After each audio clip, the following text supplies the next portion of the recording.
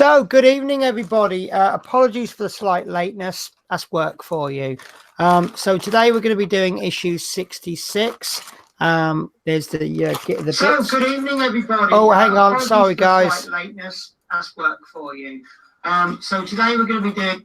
That's better. Sorry, I had an extra copy running in the background and it just caught up. Right. So, as always, here is my co-host, Horlicks. Hello, everyone. How is everyone this evening? So, how's your week been, Horlicks? Yeah, not too bad, thank you. Just busy working, and do you know what? I'm absolutely stoked. And so early on, I'm stoked again. I've had another couple of presents come through the post. Oh, I don't know who they're from, but just thank you so much. I mean, they're probably watching us today. But yeah, I've had two more things come through the door. I also understand there's a new addition to the family. Is there? Of the four-wheeled variety? Oh, actually, there's two. Is there two? Because Carl's got himself a new motor as well. But yeah, I have got a new car. I'm so excited about it. So we will go on about that later on. Yeah, I'll tell you about that later. I haven't got it yet, but I'll tell you about it later. Because we have a most wonderful guest. Has it been 6 weeks since we last saw Fleetwood? Oh, but anyway, here he is. Hello, everyone. Hope everyone's okay. And I have to say that your microphone sounds so much better.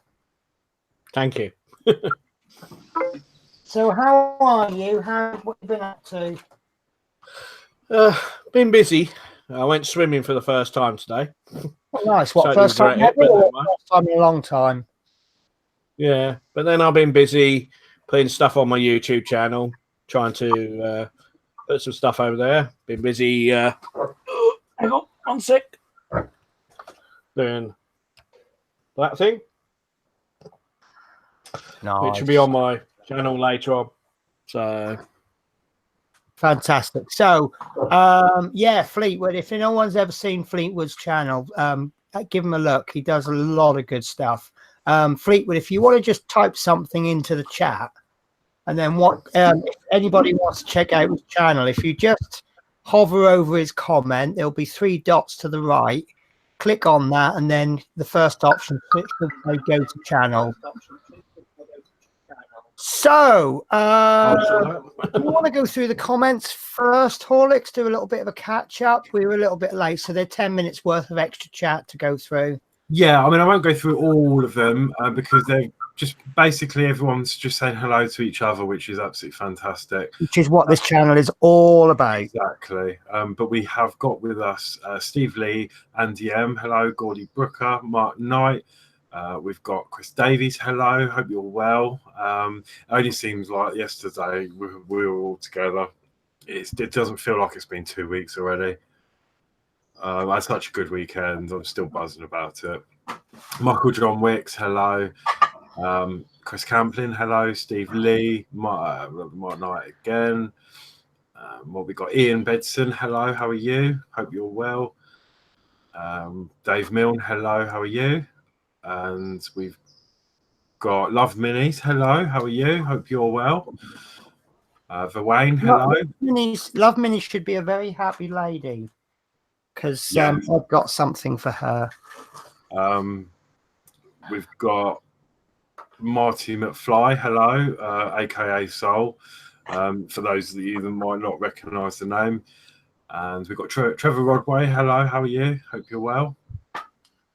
Steve Lee and P40F20, hello, how are you? Great to see you, thank you so much. Steve Hyson, hello, how are you? And Bonbrook Bon, hello. And Terry Slater, hello. And I think that is everyone. I'm sorry if I've missed someone out. You know what it's like. But yeah, no, it's just all a load of chit chat. I see there's a lot of people wanting to hide behind sofas. I'm sorry, I've just caught up on that and I thought that was really funny. I'm hiding behind the sofa, she won't see me. Then jump out and shout, surprise! a bit like what I did in the car park at the train station. Oh, yeah. Steve Lee says she will arrive like Alexis from Dynasty. I am here. Are we all ready to be addressed? Oh, yeah, Dave Mills said bus turned up, all aboard. Martin McFly, real DeLorean maybe. Oh, he's probably, yeah, you're commenting about the car. No, do you know what? I wouldn't even have one because it's great for the movie, but apparently the actual DeLorean car was absolutely useless. It wasn't a very good car at all. So I hear. It was very underpowered, if I remember rightly. I think so, yeah, underpowered. It was just an awful ride. It just wasn't a very good car. They didn't sell many, I don't think. But obviously it was made big because of the film. So but they're bringing it back, actually. They're bringing it back in the USA, modern production line with the latest engines and whatever, but I don't think it will still sell. And also, yeah, Chris Davies just said, "Oh, did I see your comment about your issues?" Yes, I did. Yeah, so you've got 40, 51, 52, 53, and 54 now. I'm still yet to receive that, and also still yet to receive any DeLorean issues. Although I was sent a present, and again, I don't know who that's from, but we will see. So yeah. Yes, Chris, sorry. Yes, I did see your message there. I've had such a busy day today and I've been, so much going on. But that's all I can really tell you. So, Love Minis. If I can find it. Ta-da! Basically what had happened was I'd ordered 2 copies of Warhammer magazine for Love Minis. But then we actually ended up getting two of each copy. And when I went back for it, it actually sold out. We couldn't get it. And someone said they'd ordered it. And then I ended up having to, basically it's about 11 weeks late, but we finally got it. So yeah, I can now post two issue 27s and 2 28s to Love Minis. Which reminds me, if there's anybody abroad that wants any magazines in Britain, if you want to cover the postage, just give us a shout and I can get them for you. Not a problem. Right. So shall we go through what we're doing today? Because I think I'm going to need to get my screws ready. Is it just screws we're going to need today? We'll find out, shall we? Yeah, we'll have a look. We'll have a look. I did just, sorry, Penny, we're midstream. I did just ping you a little message. Was that you pinging, was it? Yeah, just maybe have a quick look at that, but that's fine. Okay, so fitting the right. So this issue, we're going to be fitting the platform and connecting cables. Right. What I'm going to say again today is I'm not going to go through all of the parts because they're exactly the same as last week. And I've had a quick look and I think they're all intact. I can't see the point in opening them until I actually need them. No. So, yeah, that's true. So I've just left it at that. So what we have got, obviously, as you just said, obviously, yeah, we've got all the seat frames and the cushions and everything to make what looks like another 4 seats, which will be for the top deck. Mark might start with the jokes. I got a terrible joke for. Actually, I'm going to tell you the clean terrible joke, and then I'll tell you the dirty one later on. I got to phrase this correctly. Thank you for the comment about the hair. Right. What happens when the hen looks at lettuce? Anyone? What happens when the hen looks at the lettuce? I think I might have stolen this one actually off Chris Campling. Chicken Caesar salad. Oh, that's awful. Terrible. I think I did actually steal that off Chris Campling. So if it's a bad joke, you blame him. But I'll tell you a naughty one later on. Right. Okay. So magazine, what are we up to today? Okay. So we are going to be right in this issue. The platform is fitted to the rear of the bus, Cables are connected to the circuit board that is under the stairs. Woo! And the seat parts are supplied with this issue, obviously, which will be assembled later. Now, just a quick reminder, obviously we had a note, an email saying that there was a problem with cable C and that we were going to be getting an extension cable in issue 77, I believe it was. So, yeah, we may not be able to connect everything up in this issue, but it's probably not going to say in this issue. Because it'll probably say connect, but by time you won't actually be able to. But we might be able to connect it temporarily if it if it asks us to, or asks us to test it. Perhaps you may be able to leave the circuit board loose and just to test things. Yeah, I mean, I might, for example, be able to connect it somewhere else instead, so it will work, but not as it's meant to. But we will see. Adrian Langley, Horlicks, did you forget someone? Yeah, sorry, Adrian. I read down the comments and I didn't see a comment, but I'm very sorry. Hello, Adrian Langley. How are you? Steve Lee's just said, Penny, you mentioned the serial number on top of the seat packages to determine the issue numbers, which is a great idea. In case no one knows what he means by that, let me just get you a slightly better view. Right, when you receive the packages, apparently everybody knew this weeks and months before I did, but when you get this little piece of paper in it, and you can see there that it says 71066 UKK 604103. That 66 there, try and get it into focus. That is the issue number. So we've got some seats here that says 71066. And then we've got some seats from last week that say 71065. So I know, there we go. I kind of came in and went out again. So yeah, if you've got packs and you can't figure out which is which, just have a look. I don't know what 71 means, but the 065 is the issue number.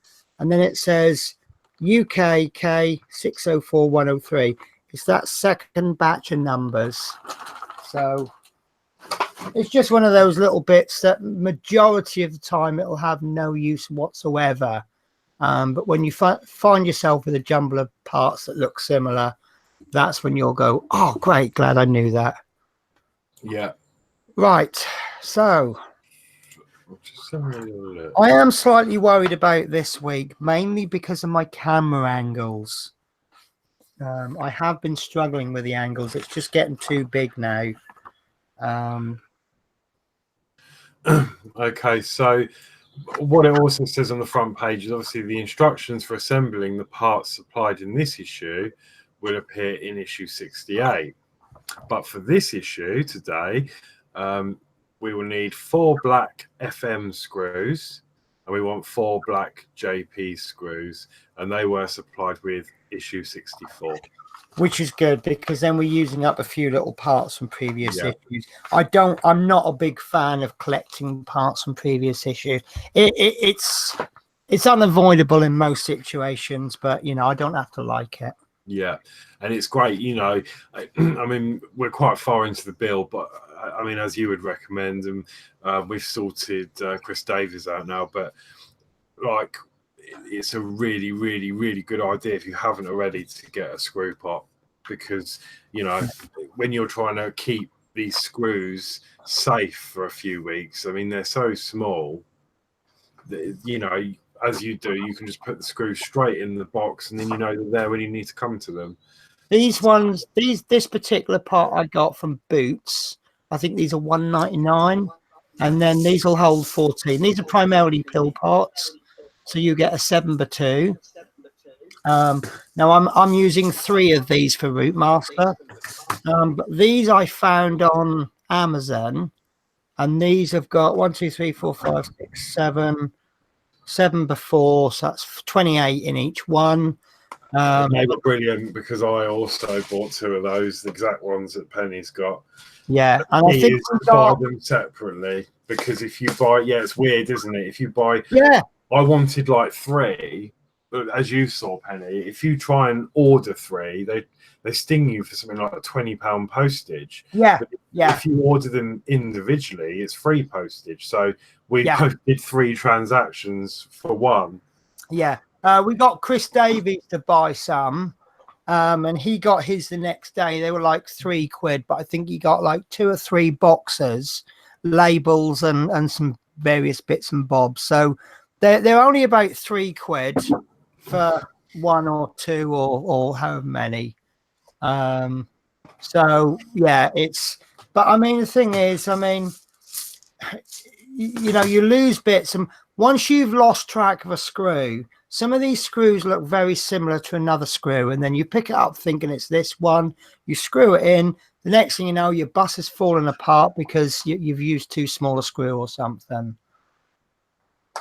So, right, okay, do you want to show us what we're doing in stage 1 while I try and figure out the orientation for this? Absolutely. Okay. I really don't know how to do this. So, Yeah. let me just sort this out. Where are we? There we go. So, okay, first of all, it says if you have fixed the pole 62B to the rear platform, see issue 62, remove it before fixing the platform to avoid damaging the pole. So that's quite interesting, that, because I chose not to fit it because I didn't want to damage it. I think a lot of people agreed. I think there was a vote, wasn't there? And a lot of people in the chat said, "No, I don't fit it," which I think is a good call, because the thing is, if it's I mean, I don't know how the pole's attached yet. It was screwed. Was it screwed in, or was it screwed in by? Hang on a minute, because let's have a look. It's screwed in with an NP screw. Yes, good. I made the label. Oh, of course. Yeah. Oh, Adrian's just given us the link to the pots. Oh, I went to approve the post and another moderator beat me. So thank you, whoever that was. I think that was Love Minnie's, because I tried to get it as well and it went ping. Oh, 3 of us on it, was there? Yeah. So yeah, Love Minnie's must have done that. Thank you. Yeah. So yeah, I was going to say, because if it was push fit, then it would probably weaken it anyway. But yeah, I think it was a very good call to move that out. But if you have fitted it, then remove it at this stage. So we need to locate the rear platform and stairs assembly to the rear wall of the bus. There are 4 tabs on the underside of the rear platform, 58A, which fit into recesses on the rear chassis frame, 16A. Okay, so step 1 is just to locate the holes initially. Right, let's see what I can do then, given the restraints of my camera. Right, so as you can see, my messy area there. Right, so what we've got, the trouble is we've got all these wires hanging everywhere. So obviously we've got 4 tabs here, and I've actually got my bus on the side, so it's going to go on like that. In actual fact, that goes in like a little dream. They locate really, really easy. So I don't really know what to say about that, other than that was easy. Oh, brilliant. But right, okay, what I've basically done, obviously I've got this on the side. So I've got this ever so slightly too high, just above the holes, then bring it down, it'll slot into place, and then this has gone in on the back, no problems. Notice I've removed the side. We did fit the side wall, or the side wall, but we didn't fix it properly. It was more speculation, so I've taken that wall off until we're actually told to insert it. So yeah, just pop it in like that, and as I've got mine on the side, it'll kind of hold. It's not very tight on there. Does the bell push fit okay? Yes. Right. Sorry, guys. I'm trying to get the angle. I'll tell you what. I'm going to use Dizzy Cam. Dizzy Cam. Yeah, well, that's kind of what I call it. So Mark says, here we go again. Everybody bracing. Your endos will come soon. Right. So the bell press, I get what someone was saying now. I don't know if you can see it in there. Can you see the bell press? This has actually gone in behind quite nicely, but I had a torch somewhere.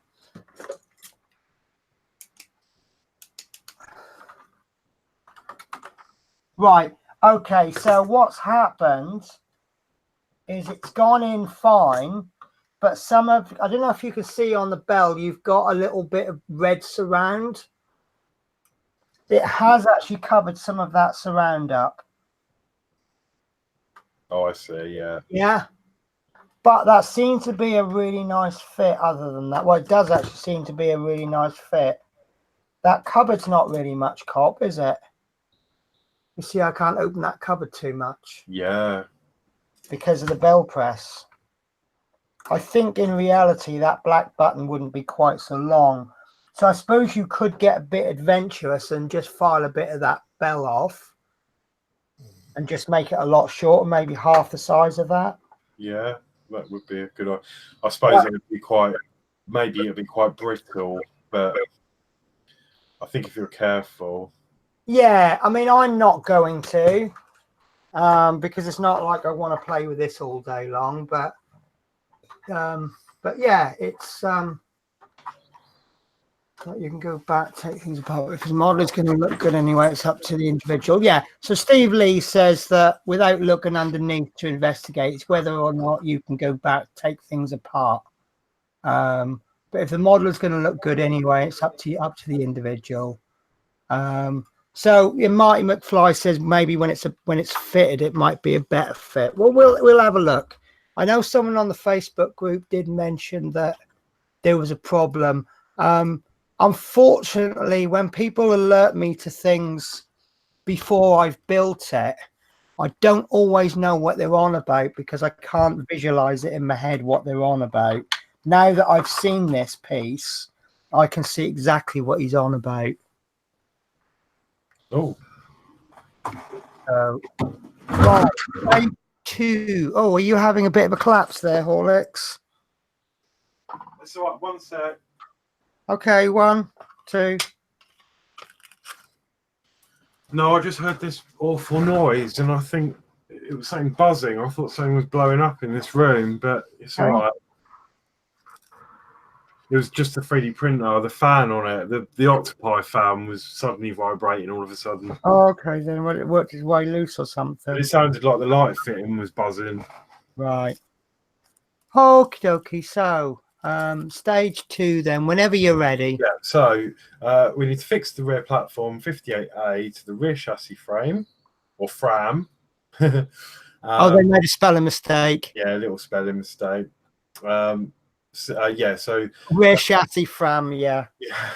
Fix the rear platform 58A to the rear chassis frame 16A using 4 black FM screws. Okay, guys, I am really going to struggle to show you this without destroying my bus.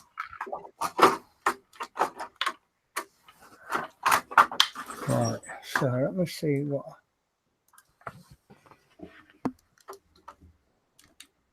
Right, okay, you can't see that very well, but you can kind of see it of sorts, can't you? Yeah. So let's get the torch out of the way.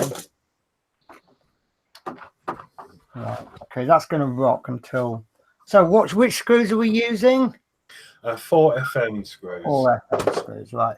Okay, well, I'm going to get the first one in. I desperately need to get one in, because then that will hold that.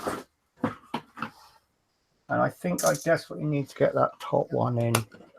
So the bit I'm using is the J1 screwdriver bit.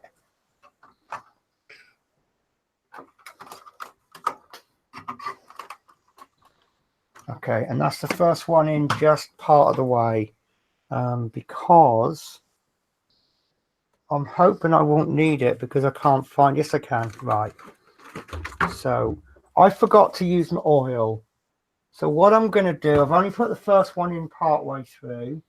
So what I'm going to do is I'm going to put the second screw in.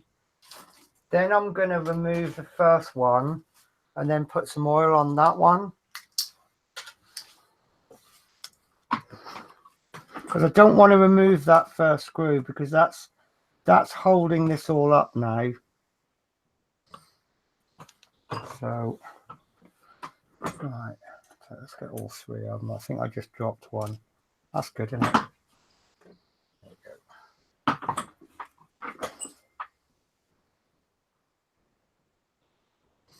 I'll tell you this joke now. So I used to call my ex-lover Liverpool because he was really good in bed. What would happen is he would stay on top most of the time and then he'd end up coming second. Now, if you're not a football fan, you won't get that. Right, I've actually not got this lined up properly, so I can't get this screw in properly. So I might just have to do a bit of persuasion. Did I get any laughs for that joke? Certainly not off you two, did I? Nope. I did sort of, I did get it, but yeah, You just didn't think it was funny? I did have a little chuckle. Okay. Right. Martin Hyde saying, "You bet." So I'm thinking, which sounds like an innuendo and which doesn't. No, that's your job. No, it's actually Chris Camplin's job, isn't it? Right. I am really going to recommend that you do not screw these screws in all the way, because it seems quite difficult to get this platform lined up. And obviously I now need to remove this screw because I haven't oiled it. And now the whole platform's trying to fall right off. But once we've got all 4 screws in just partly, then we'll know it's okay. And then we can screw them all in nice and tight. And I think I've just set Chris off. Oh, misses, nice and tight.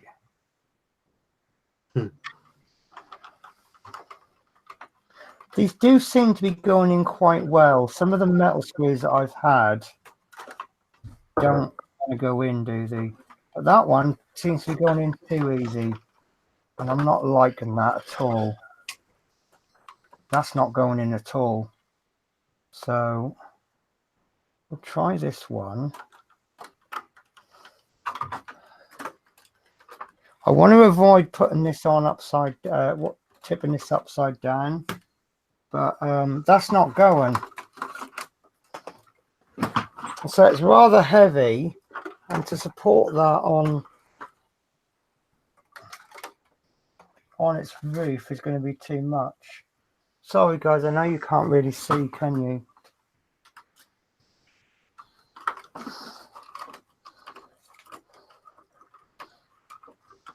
That's not going in. That is not going in.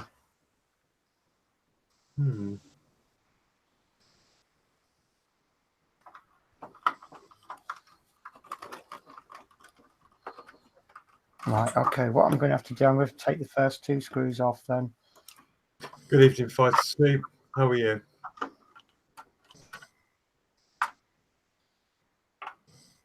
I just thought, is there no Dave Say today? Say that again, Horlicks? I haven't seen Dave Say yet. Oh no!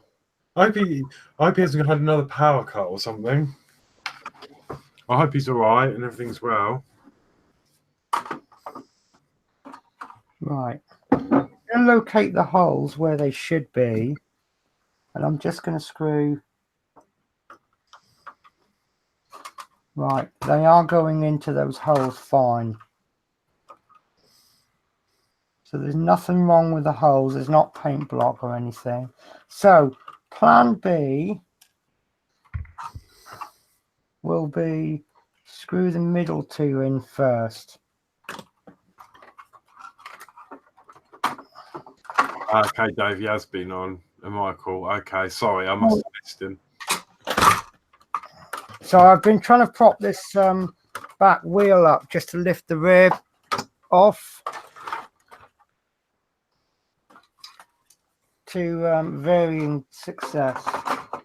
Right. Okay, so screw 1.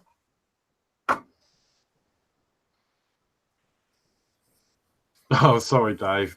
I didn't see. I don't remember. I don't think I called your name out.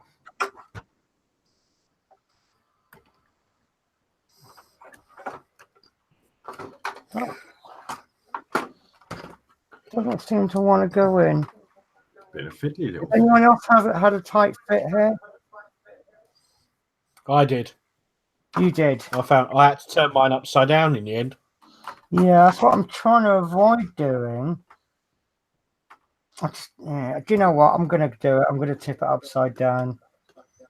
That would be the easiest way. Just what I'm worried about, though, is resting. You've got a heavy chassis, and you'll end up with a heavy chassis on the top, pushing down on plastic. So I then don't want to push down too hard on the screws, because that's just going to add extra weight. Having said that, that's quite well supported. Right, let me move this up. So the problem I'm having then is not with these two screw holes, but these two in the middle. I had the same problem. And what I thought would be the easy way to do it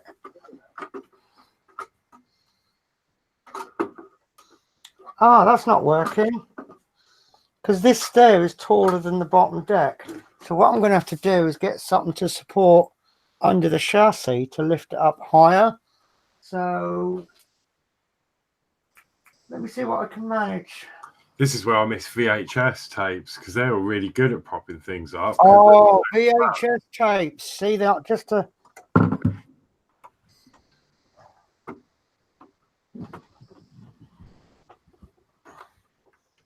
mobile phone.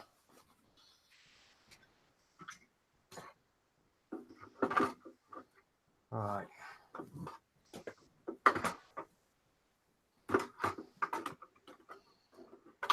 Oh.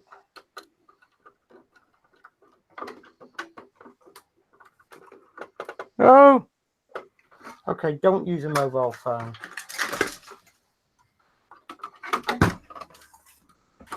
Right, guys, I'm going to have some kind of intermission, because I need something to prop this up. Oh, this might do the job.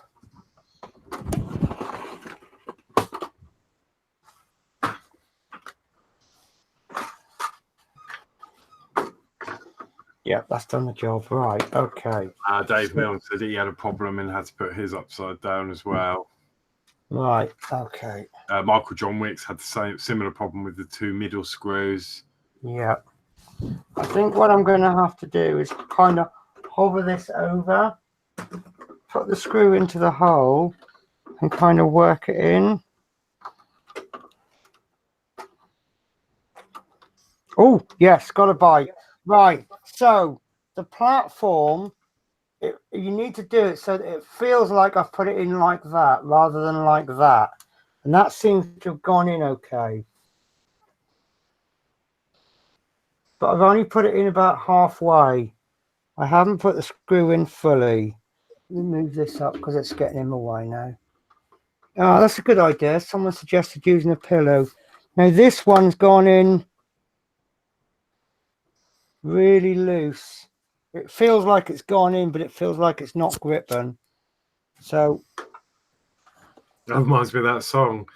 Everyone needs a bosom for a pillow. Everybody needs a bosom. To be honest with you, I think if we can get 3 screws in well, I think that'll do the job.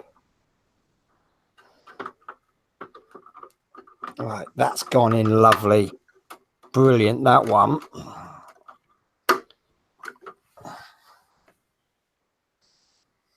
Because I think by the time everything else is been screwed in all around it, I think that's going to be okay, isn't it? Yeah. So I would suggest once they're sort of in, all in. Oh, no, that one's not going in. Oh no. Well, yeah, once that goes in, perhaps it's best to turn it on its side and just double check the fit at the top again. Yeah. Before I'll tell you what, if I have to unscrew these, just something, I won't be happy. Right, it seems that this side's gone in fine, but not that side. So let me give this a bit of a...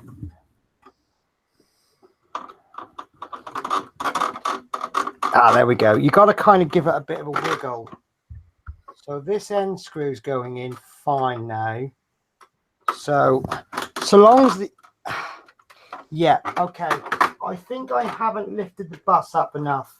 And it was kind of... It was the top, the back of the bus was touching the ground, and it was kind of restricting.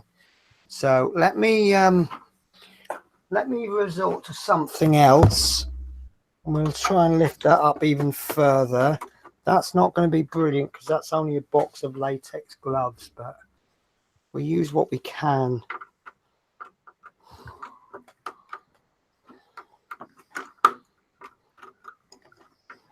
But I'm going to have to move this even further because my hand's getting in the way.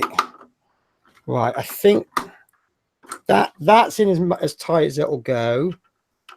So now I'll go back to this end one. Lovely. And then I'll go to this one, which wasn't going in. And that's still not going in. Ah.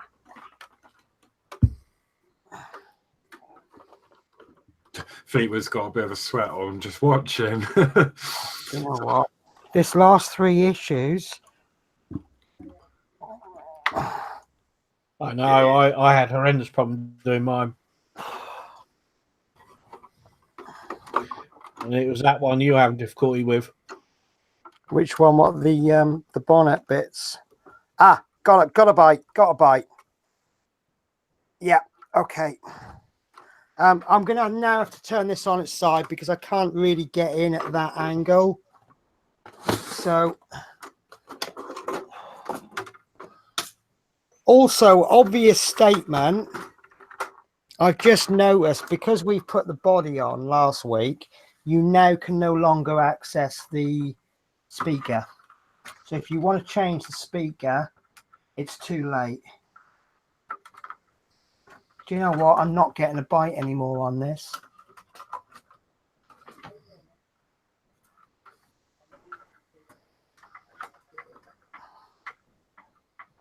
That's not biting. I don't think that's going to fall out, but I can't get it to go in really tight. It doesn't look happy, the stairs. This is the camera angle. It looks like it's sort of not... They're not happy. That's why. Yeah, okay, guys. I think I might have buggered this up. Yeah. Thanks for spotting that, Horlicks. So, yeah, I have made a boo-boo. Don't know if you can see that. Those stairs are on at a right wonk. So... you've got to kind of watch this from all angles.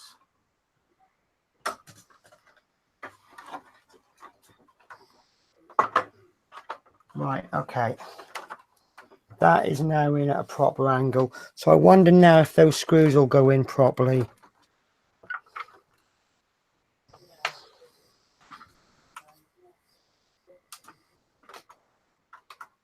Oh, perfect. Much more bite on them.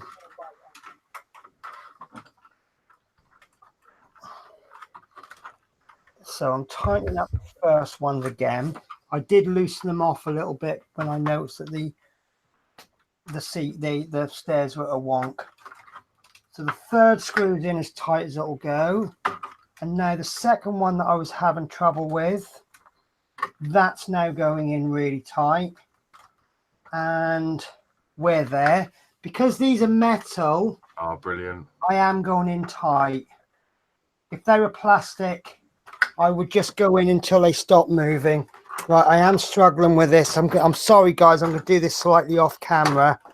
I can't really reach, so I've got to just position it where I can. P40F20 said that it's best to tap the holes into the chassis without the platform first. So, like, put the screw in and then take it out. I suppose that would be a good option if you're struggling. Right, this bottom screw, the one furthest away, that's now not tightening, which that was tightened before. So that might be an indication it's not in right, because the others...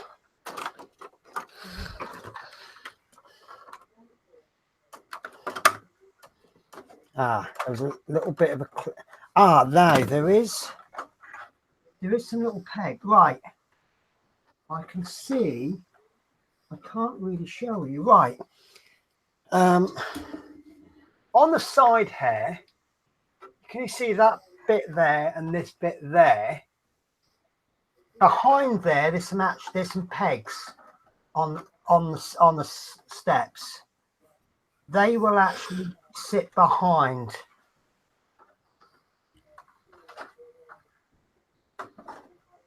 But they don't seem to, there we go. There we go. So that bit, I didn't say that in the magazine. Right, this bit and this bit there, right? If you just pull that back, you can see on the steps, you can see those lugs. Oh, yeah. Those lugs will actually click into there, but you can't really see it. You've got to find them. Now those stairs are in properly. Good, right. Yeah. That makes sense, yeah. So I didn't spot that until just then.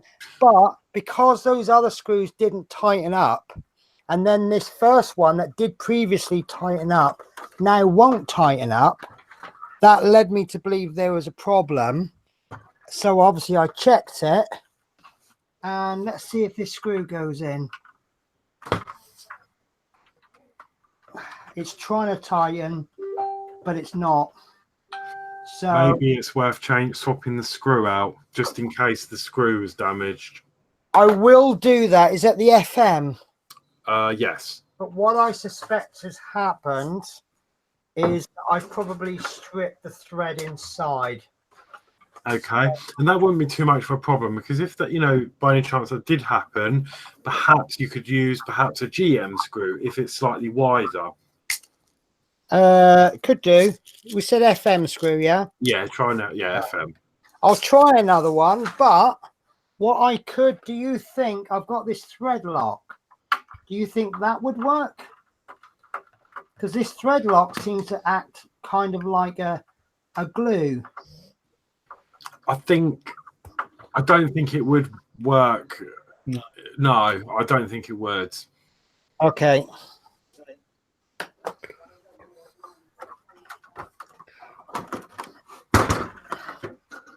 I can't get the screw out. Oh, okay.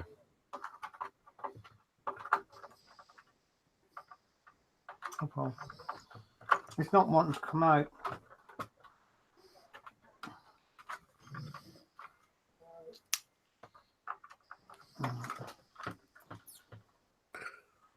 Okay, I'm going to go with that because I've got 3 screws in nice and tight. I think everything's lined up. Yeah, we'll get some more strength in step 3 anyway. Yeah, but this, yeah, I think that's a little good spot there. I'm pleased with myself on that one. So get these lined up. Obviously, there's going to be so get these lined up there. But that platform, well, look, you can see how steady it is. You can see the whole bus rocking. And that's me pushing it on the... I mean, the screw that's not gone in is there. Down there. But this bit... Yeah, lifting it up by the back platform, I think that's strong enough, isn't it? Yeah, okay. Okay, I'm happy if you guys are. Oh yeah, Dan said try a new screw, but the same one.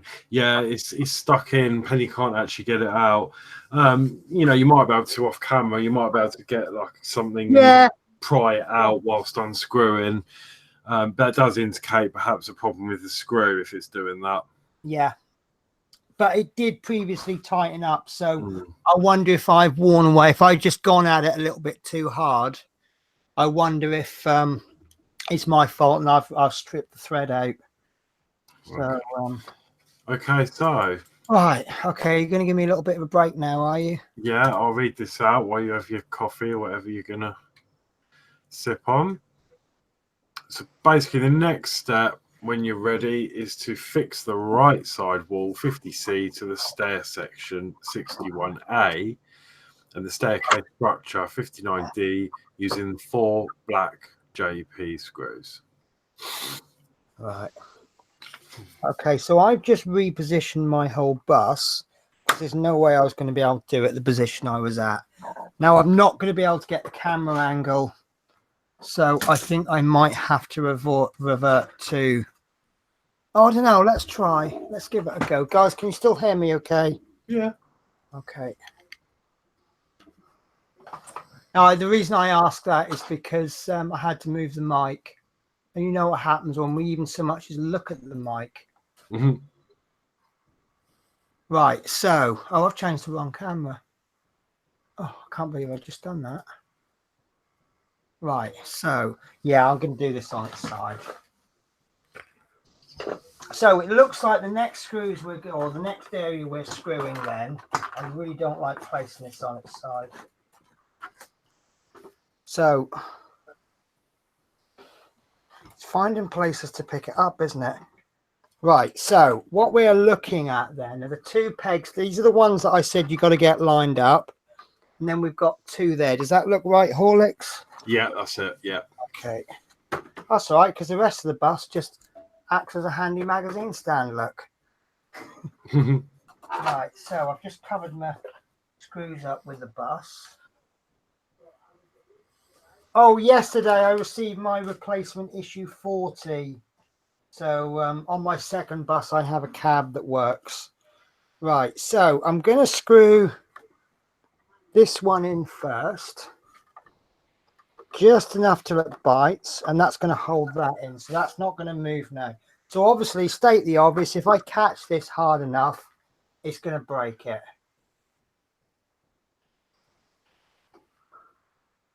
So Michael John Wicks has said, use Dizzy Cam. Right, so those two are in. I see R2D2's watching you very closely. Oh, he does watch very closely. I tell you what, I was filming a big R2 the other week, and I've started doing some, you know where I do those I just get on with it and then I play it back at fast, speed it up. And I think I was doing some sanding, and like I did like 10-20 minutes worth of sanding, and obviously speed it up to about 2 minutes. Sorry, I'm now doing these fully tight, but you could actually see R2 in the corner, and because I'd speeded it up so much, he was just literally shaking his head side to side for the full 2 minutes. It's quite amusing. Right, okay, I've got that problem with those plastic screws again. That's not tightening, and I'm getting that a lot with my plastic screws. I don't mind when it's one or two, but you know where like this one has gone in really tight, and you can find a definite point to stop. This one, it's just going on forever, and this one is as well. And now this fourth one, that's about as tight as it'll go. Now that one will go in tight, but that one's not gone in fully. It won't tighten, it'll just keep going. So I'm going to leave it there. But saying that, the strength is there, look. Cool. I can actually sort of lift the bus. There's not enough points to hold it to, but I can lift that up. So, yeah, I'm going to leave it there then. Oh, so, stage 4. Okay, so we are.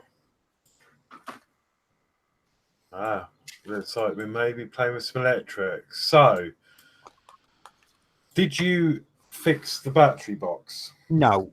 Because that is going to be the next thing we need to install. Right. The reason I've not fixed, let me move it over. Right. So again, to fill you in, my battery box has snapped. And the point that it snapped is there.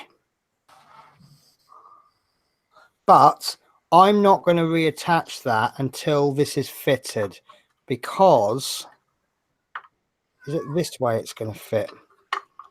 That's how it's going to fit in, and there will be enough room there for me to connect that with a little soldering iron. So, but I feel if I connect that now, all I got to do is just drop this, and then that could come off again. So I'm not actually going to connect that until I'm ready. All I need to do is just strip a little bit of wire off there, put a little bit of, I don't know if heat shrink will do it. Yeah. Put a little bit of heat shrink over the top, solder it onto there. Yeah, and then put the heat shrink down, put a bit of heat on it, and Bob's your uncle. So, yeah. Cool. So I don't want to do that until that's all connected. No, that's fair enough. Right. Okay, so what we need to do is, next step is to fit all of the cables to the circuit board 59E on the right side of the bus. So what I'm thinking here is, shall we show the instructions from stages 4, all the way through to 8, and then I will go over to my view, and then we will actually do it rather than keep going backwards and forwards. Yeah, can do. Yeah. So you need to, first of all, we're going to fit the cable labeled D into the socket labeled D. Yeah. Circled in red. Fit the cable labeled P. Hang on, that P cable. Right, hang on. Right, so the D. So we need to fit this cable labeled D. Right, okay, so that's the first one we'll fit. So that's going to come from the side. Yeah. P is going to be the next one, which is from the battery box. Yeah. Okay. Just switch pages. Oh, no, further down. Then steps 5, we need to fit cable 38N into the socket labeled B. And then it says you might find it helpful to use tweezers at this stage. Right. Okay. And then we're going to be going on to fit cable K into the socket labeled K. Yep. I'm trying to keep track of these, but it's not as easy as I think. Okay. And then step 7, we want to fit the A cable into the socket labeled A. And then fit cable E to the socket labeled E. Easy peasy. Right. Okay. So what I have done, I've tried to follow with the cables. I've got one cable that hasn't got a label on it, but I have noticed that all of these cables are unique colors. So having a quick look in the mag, the red and green one should be a C. And I can see that from stage 7. Yeah. A little C on it. And it looks like we're not actually going to fit C. Ah, maybe they have. Oh, we are fitting C. Yeah. Because C is going to stretch right across there. So C might be the one that.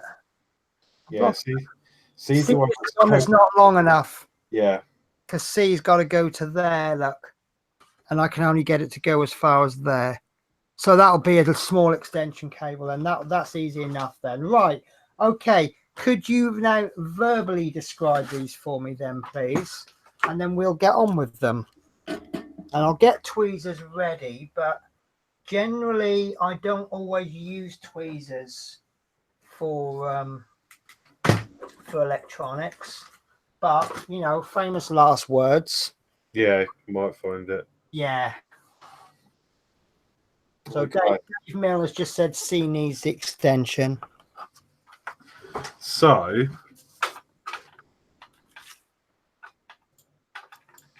you tell me the cable I need, and then I will fit it.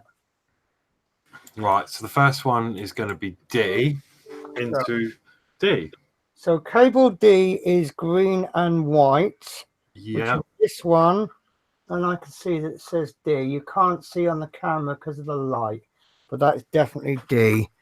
So D slot looks like this one.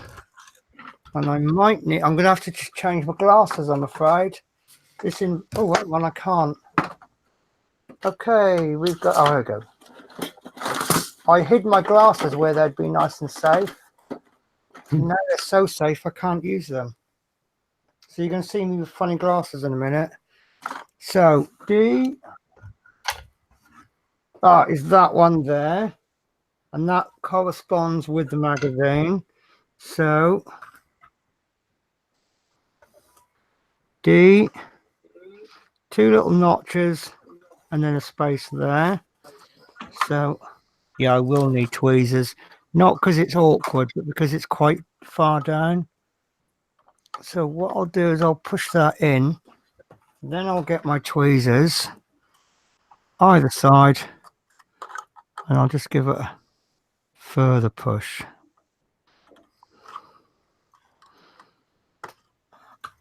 There we go.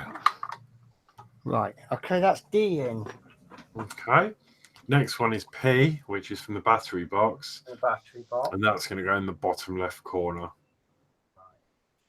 Sorry, I'm trying to. You read too quick. I can't roll a cigarette in time. Right, so P from the battery box is going to go in the bottom corner. So this is the P. Don't know if you can see it, but that's that one, and that's going to go to there. So 2 little notches, they're going to go up. No, tell a lie, sorry. 2 little notches are going to go down. These connectors, where you're pushing the wires into, they're basically squares with a hole with an interruption. Where the interruption is where the notches are going to go. Well, I think that Marty's just asking if you can get any more focus on the camera because it's a little bit blurry. Yeah. Right. Just bear with me a sec. Right. Okay. So let me do a manual focus then. So this will take a moment just to load up, and I do apologize. But I think a manual focus is going to be the way to go on this one, isn't it?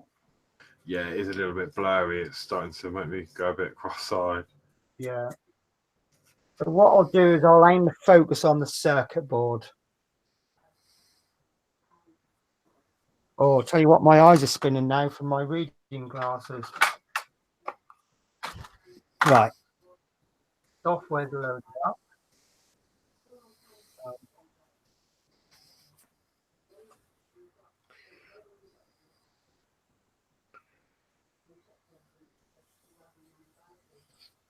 How's that? Oh, that's a lot better, isn't it? Mm-hmm. So this is where the focus is meant to be, but obviously it's around about there. Okay. Okay, so that's D and P in place. So 5, we want to fit the B cable into B.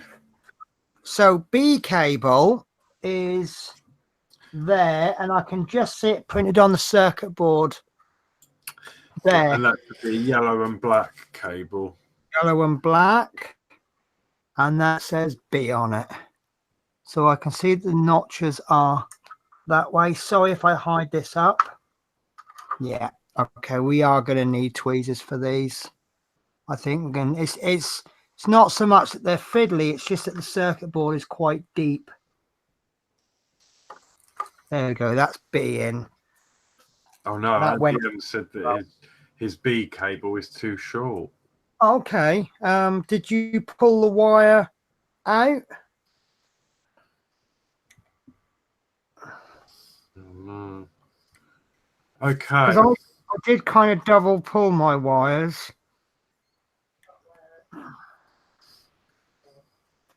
Okay, so what comes after B? And if anyone says C, I'll slap you. Okay, so fit the cable K into into the K socket, and that is a red and black, which looks like it's got an extension on it. It has, and that's the K there in the middle practically. So we might have enough room for this one. Move that up. So we were quite keen to keep these stickers on so we could identify them. However, if you have lost your sticker, oh no, oh no. Sorry, that kind of slipped and went in at an angle. Yeah, so if you you do lose your stickers off your cables, it looks like it's not the end of the world because they're all individually color coded. You know, this label, you can't confuse it with this one, although this one you could. E and K are the same colors, but K's got an extension cable on it. So did what I say make yeah, it's like the splitter, isn't it? That goes to the I think that goes to the two bell pushes. Oh, of course it is. Yeah, that's what it is. So they must be the headlights. No, the bell pushes. The headlights is C. Bell pressers, yeah. Cool. Okay, So we fitted K. So next it wants us to fit cable A into A. No. And that is a black and grey cable, I think that is. Right, so it should be this one, and I can see that it says A on it. Oh, white and grey, sorry. It's white and grey. So I think that's going to be this one there, and there it is. I can see it written on the circuit board. In fact, I think I'm almost in focus enough. Right, I'm going to slip that underneath the K cable. So I just thought of something really exciting, which I will tell you about in a minute because it's going to kind of come under speculation. Right. Now this is easier because I work this way. What I can do is I can actually hold this on the flat wires. Coming in from the other angle, you kind of ain't going to end up. No, actually saying that, famous last words. I can't position it. Right, again, I think I'm going to move this label up. Get it out of the way. These labels they don't stick to the cables well, which is good news to me because then I can slide them out of the way. And then when I'm done, you see, I can just slide it back down. So the labels, you can see that they stick to themselves well, but they don't actually stick to the cable hook. So you can, when you put them in, you can slide the label out of the way, pop the cable in, and then just slide the label back down. Just, you know, this is the mega challenge I have in life, which is probably an impossible challenge, but that's to be neater than Horlicks. Okay, Right. so next you need to fit cable E into the socket labeled E, and that's the other black and red wire. Okay, so that's cable E. So slide the label up, and I think there it is. The label's just there. So it's actually on the inside. So I would possibly tuck that underneath that cable. You are correct there, Horlicks. Just to make it neat. I made a little rule for myself, and then I broke my own rule. How bad is that?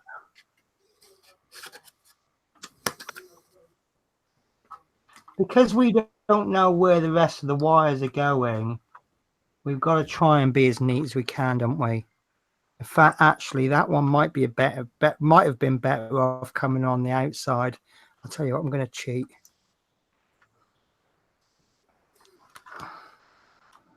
So I'm actually not going to tuck that one under. What I've done instead is come around the bottom. Yeah. Yeah. That's just giving me a bit more room. Okay, so what's the next one? Okay, so next we've got fit cable C. Right, which we can't do because it's not long enough, but we are getting an extension. Yeah. Right. Okay.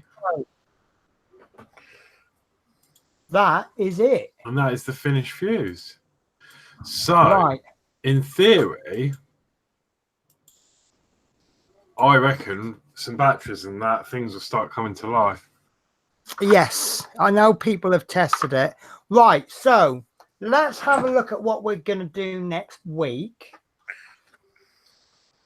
because then that will get on to what I'm going to suggest next.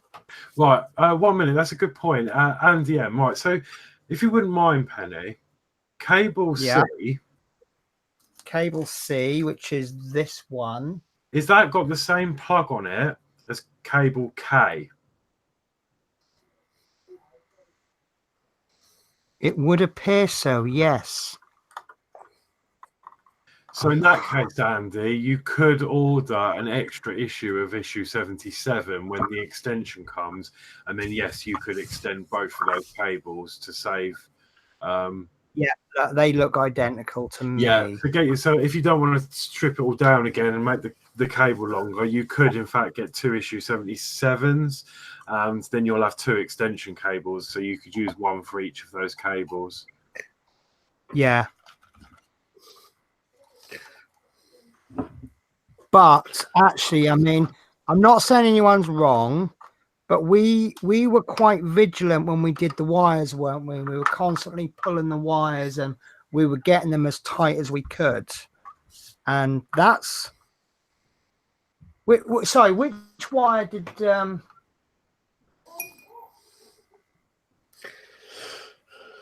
Sorry, right, which is the wire that he said was too short, K? Yeah, Andy's... Right. Oh, no, sorry. Okay. A, B, and C cables are too short. So, yeah, Oh, you're going to need 3 issues. If you... Right. In that case, I would suggest what you'd be better off. Can you solder? It just seems an awful lot to spend 25 quid to get 3 extension cables. If you can solder, you could probably make these cables. You now know the size to get.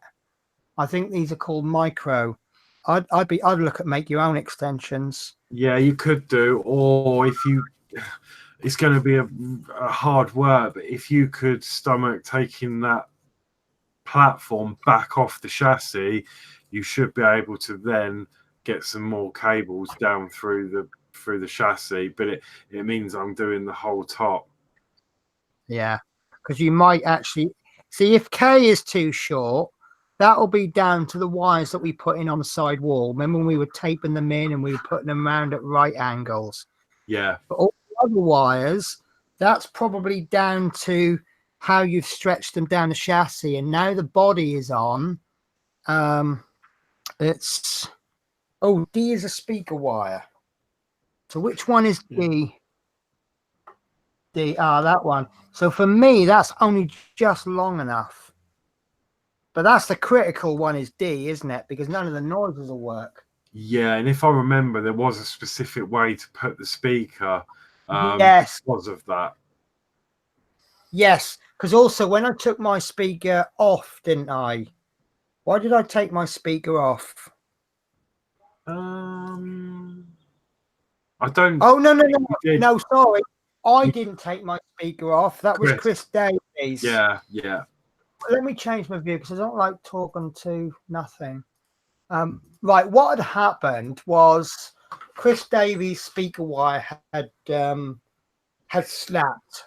Now, what happened was in order for me to resolder it, I needed to strip a little bit of the insulator off. And so if you basically, I would have reduced the wire by about that length. And I didn't know if that would make it too short. Looking at mine now, yes, that would have made it too short. So what I actually did was I put in an extension about that long, turned out about that long, which of course made the wire a lot longer.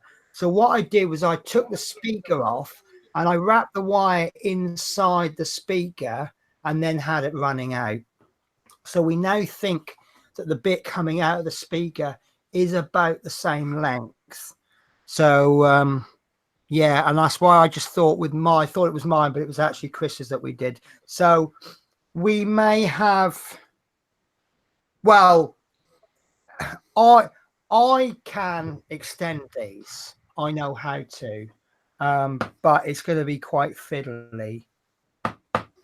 So, Bond said, anyway, testing these wires now for used batteries.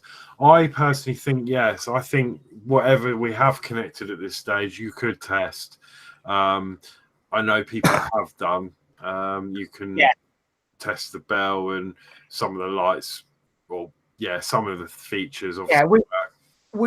we've connected the power supply, so all you got to do is pop 3 batteries in, and theoretically it'll work. Obviously, that's not going to work for mine today because the power supply is broken, which isn't a problem. I'll get that sorted out. Right, so but yeah, you can add sections of wire, and that shouldn't affect it too much. So yeah, brilliant. Yeah. So this is next week.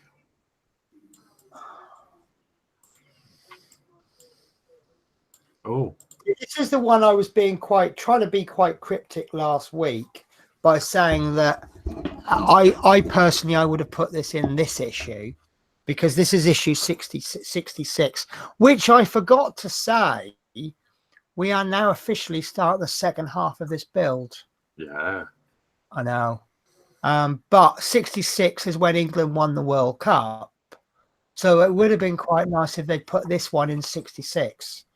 But yeah, Chris Campney says amazing build next week. Yeah. Well, actually, we have got. Sorry, go on. No, I was going to say. Sorry, I was going to say. I wonder, speculation, whether we'll be doing, because obviously I reckon we're going to be building the seats next week. Are we going to be building? I can't see the point. I really cannot see the point in building seats. I mean, we might not be, but my speculation is that maybe we will. But are we going to be doing issue 65 and 66 seats all in one issue? Well, look, let's ask the chappie that's been sat there very patiently for nearly an hour and a quarter. What do you think is going to happen, Fleetwood? I think next week it'd just be a figure, and then 68 will seats onwards. Okay. I can't see any building next week because we've got no parts apart from what we got. Yeah. What I was going to suggest is, next week we might officially fit. No, we can't. We can't fit this battery box until we fitted all of the cables, can we? No, because you've got all the upstairs cabling to go down to it as well. Yeah. The reason being is, for me anyway, if I just change this view. Sorry. Right. So there's the circuit board. This is the battery box. Once we put that battery box in, which that's actually in the wrong way round.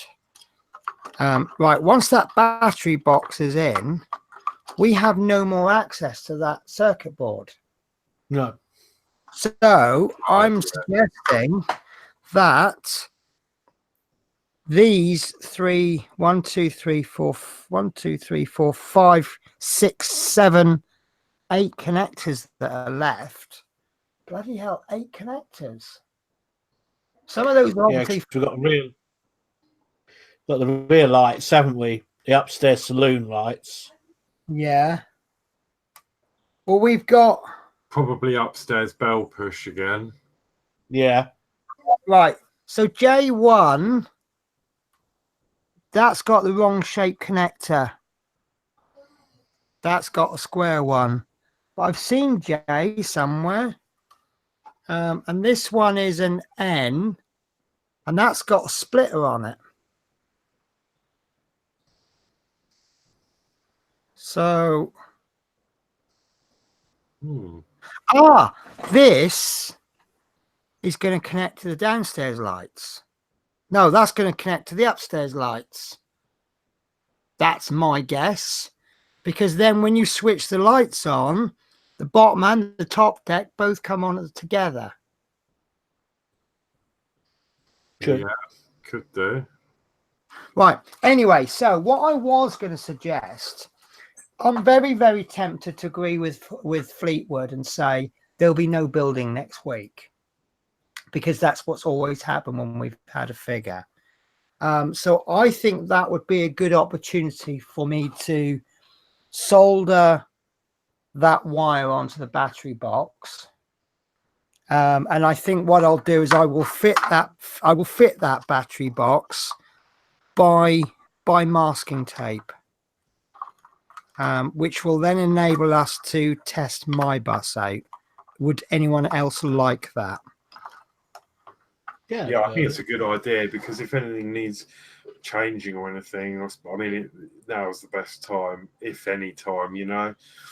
Yeah, I don't want to screw that in, because we'll be screwing with a plastic screw, and I just don't like undoing plastic screws. No, I've tested mine, and mine sort of what I can get to works, if you know what I mean. So yeah. I mean, obviously not everything's going to work. Theoretically, mine should work perfectly, because we have already tested. We've already tested the individual components. So yeah, everything should work fine. because in the driver's cab, one switch is for the saloon lights, the other one is for, I can't remember now. The horn, I think it is. Okay. And then we've got you got the bell push. Then you got 2 switches inside which do the sounds inside. Right. So we will have not an exclusive, but we will have an unveiling of the noises. Of course, yeah. So Michael John Mix also says that he thinks we may install the back of the bus as well as put the seats together. And do you know what? That's my opinion. I think we'll be doing seats, because yes, okay, we're getting a figure. Normally we don't do a build when we get a figure, but this is the first time we've had parts pre the issue. Yes. So because that we still got this to put in. Yeah. And the last 2 issues, what we've effectively done is gone, here's some parts, or take these parts, take some screws that you've already previously got. We'll give you some parts that we're not going to do anything with, and then get on building something you've already got. Yeah, so, maybe they're thinking that, like, okay, we're getting a figure, there's no build to do. So no, I think maybe they're trying to work out ways of giving us something to do, even though we've got the figure. Yeah, I mean, this kind of goes along the lines of, like, with my R2, where I was building a part a week. I found the early editions very, very difficult, because, like, the body ring, for example, is like 14 bits. So I can't actually do anything with them until I've got all 14 bits. Now that I've got parts of it assembled, I've got so much to do, I can't keep up with it. You know, like, you know, I'm just starting on the leg. I've done the skirt. I've done the body ring. You know, I've done this, that, and the other. And the parts are still coming. And any week now, the next body ring will be done. So now the parts start. All I've done is I've drip fed the parts in. But until you've got something complete, so if they'd have given us these figures early on, we'd have had even less to do. But this is now what, the 4th figure? Yeah. Yes, it's the 4th figure. But now we've got things on the to-do list. So I wonder if we were. I mean, I don't want to talk everybody up and go, we're going to be doing something, because, you know, otherwise you'd all get your hopes up, and then there'll be nothing to do, and everyone will be going, "Oh, Penny, we hate you because you said there was nothing to do." Yeah. Didn't you say, Horlicks, that beginning of this issue, it said the seats are going to be done in 68? When you read the instructions. Oh, actually, yeah. Yeah, you did. Yeah. So that was something I said 4 weeks ago. Actually, was that I've lost my mag. I've got 2 copies of issue 66, and I can't find either of them. Right, hang on a minute. Right, I've sussed it. I reckon this is my final. This is my final opinion. Right. It says in this magazine that the instructions for assembling the parts supplied in this issue will appear in 68. So the seats we received last issue maybe next week, 67. Right. Okay. So And actually, it would say that on the manual, wouldn't it? Let me have a little look. yeah, I still can't find my mag. How can 2 magazines disappear like that? Ah, got it. It's a shame. It doesn't say anything, I don't think. Yeah, what I'd said a few weeks back when I got these, why, seeing as we don't need these seats, why didn't they give us the figure this week and then we assemble what we've just assembled and then give us the seats next week when we'll need them? Yeah, I've just looked at issue 65, and it says in this issue, your model takes a major step forward as a chassis and lower deck are attached. The parts supplied and are for seating for the upper deck. Assembly instructions were given in issue 68. So 65 and 66 seats looks like they're being done in 68 then. Ah, okay. Yeah, that's it. Yeah, it does also say instructions for assembling the parts supplied in this. So 68 is going to be doing 2 lots of seats then, isn't it? Yeah. Okay. So yeah. Okay. No, that's fair enough. So yeah.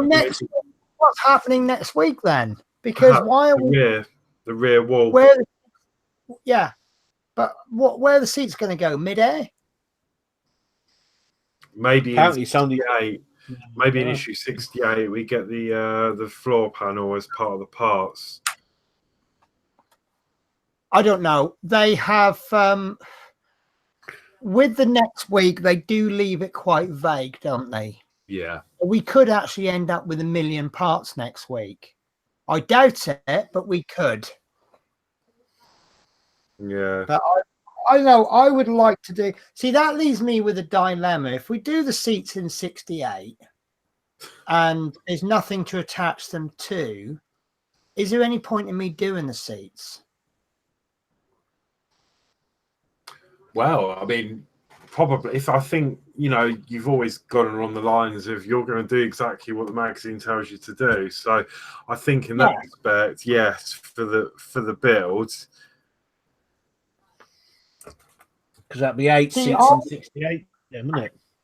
I was watching your most excellent video, Horlicks, and I cast my mind back to when I put my seats in, and in hindsight, I thought the easier way to do the seats was to not attach them to the floor, but attach them to the wall, then put the wall in, screw the wall in, then screw the seats in.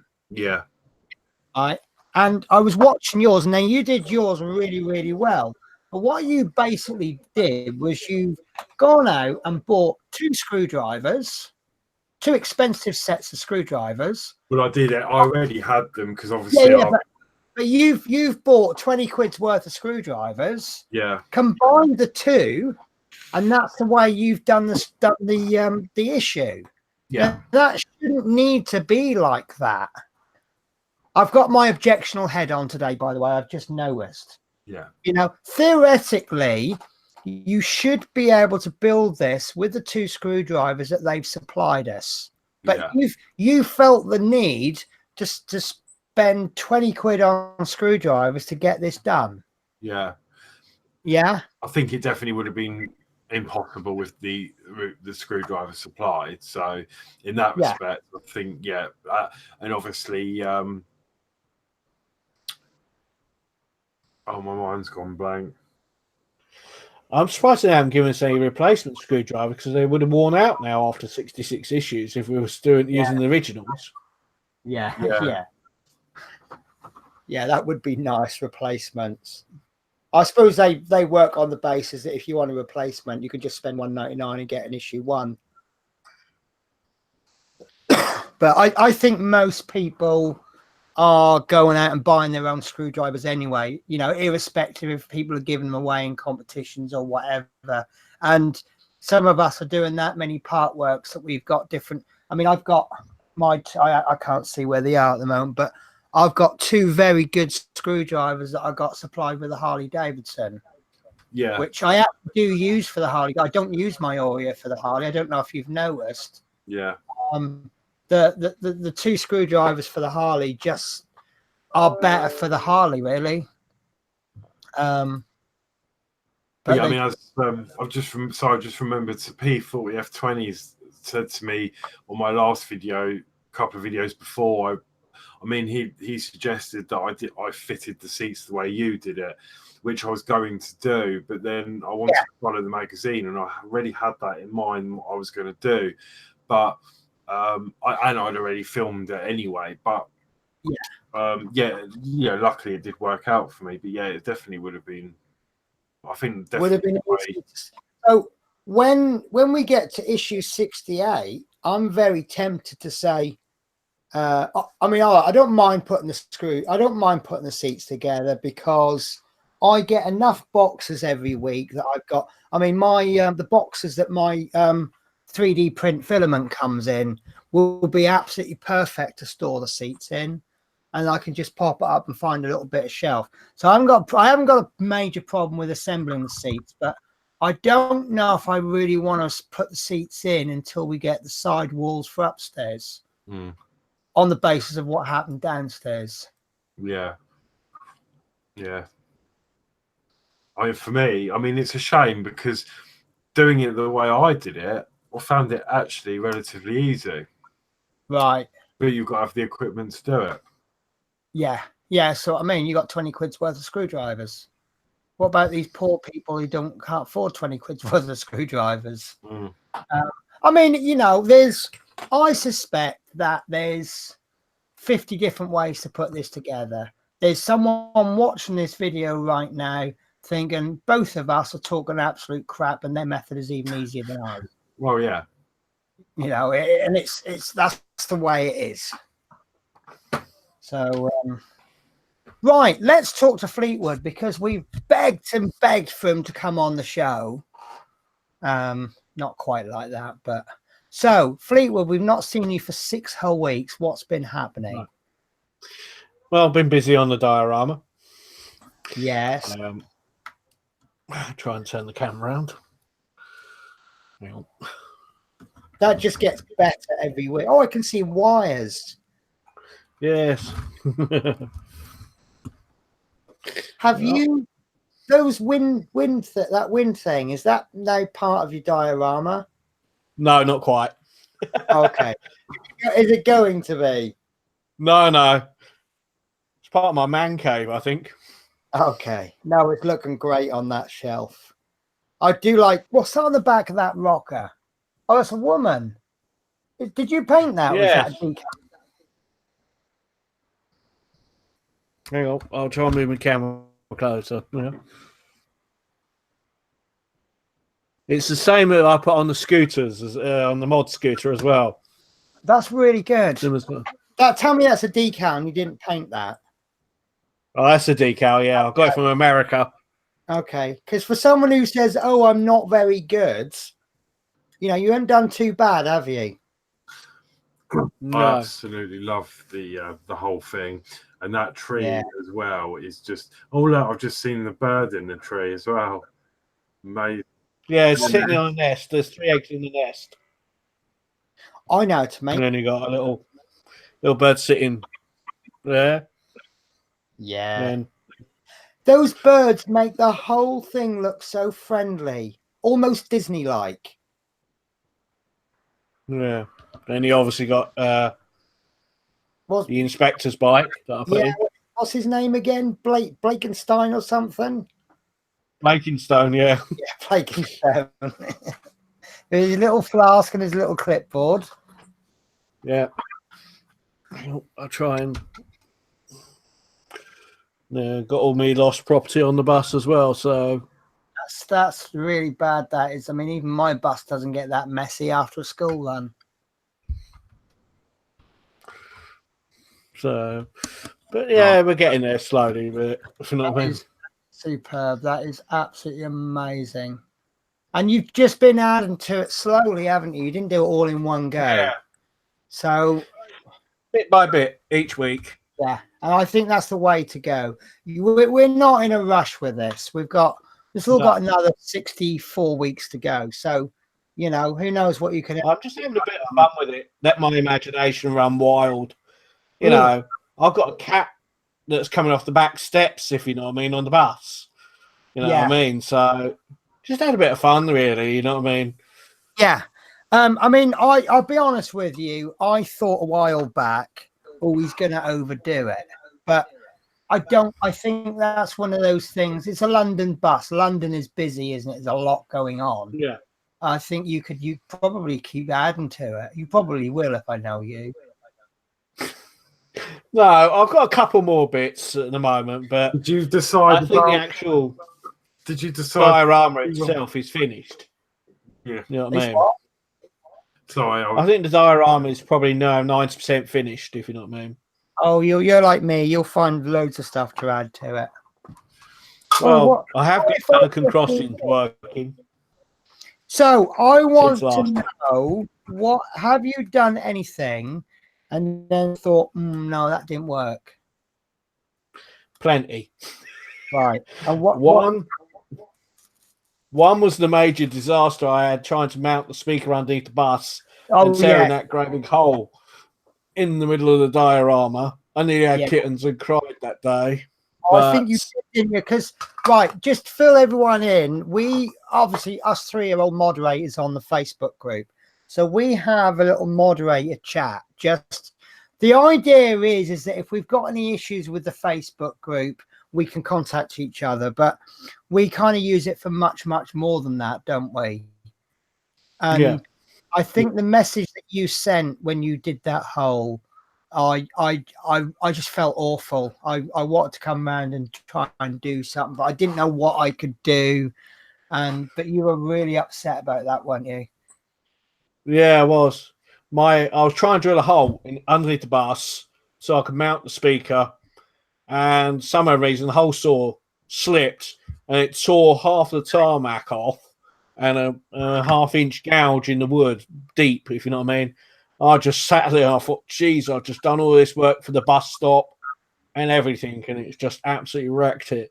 So what drill kick back or something and rip it out? Yeah, it did, yeah. Yeah.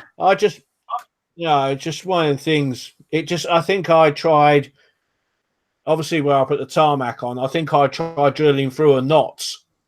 Right. And the drill piece just actually caught the knot and kicked it out of my hand, if you know what I mean. So, because I think, I'm not a woodworker.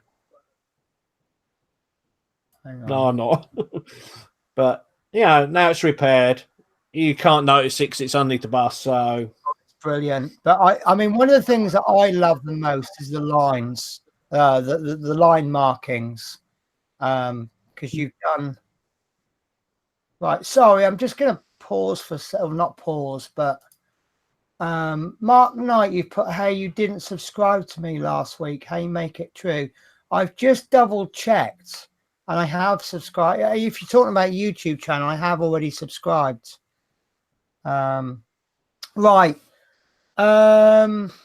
Chris, can I come back to you in a little bit about your sound problems? I do apologize. You did ask me that already and I hadn't got round to it, but I will come back to it. But yeah, Fleetwood, your lines, I keep going on about it, but the way that you've worn the lines out a little bit, I think is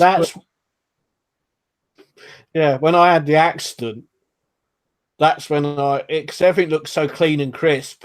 I thought, cool, that didn't look right. And the only way I could repair it was to actually age the whole diorama, including the zebra crossing. Which is totally realistic. If you drive around Newport, even where they've recently repainted lines like 6 months ago, they're now becoming worn. especially when the summer comes and everything warms up, and then you get everything over it.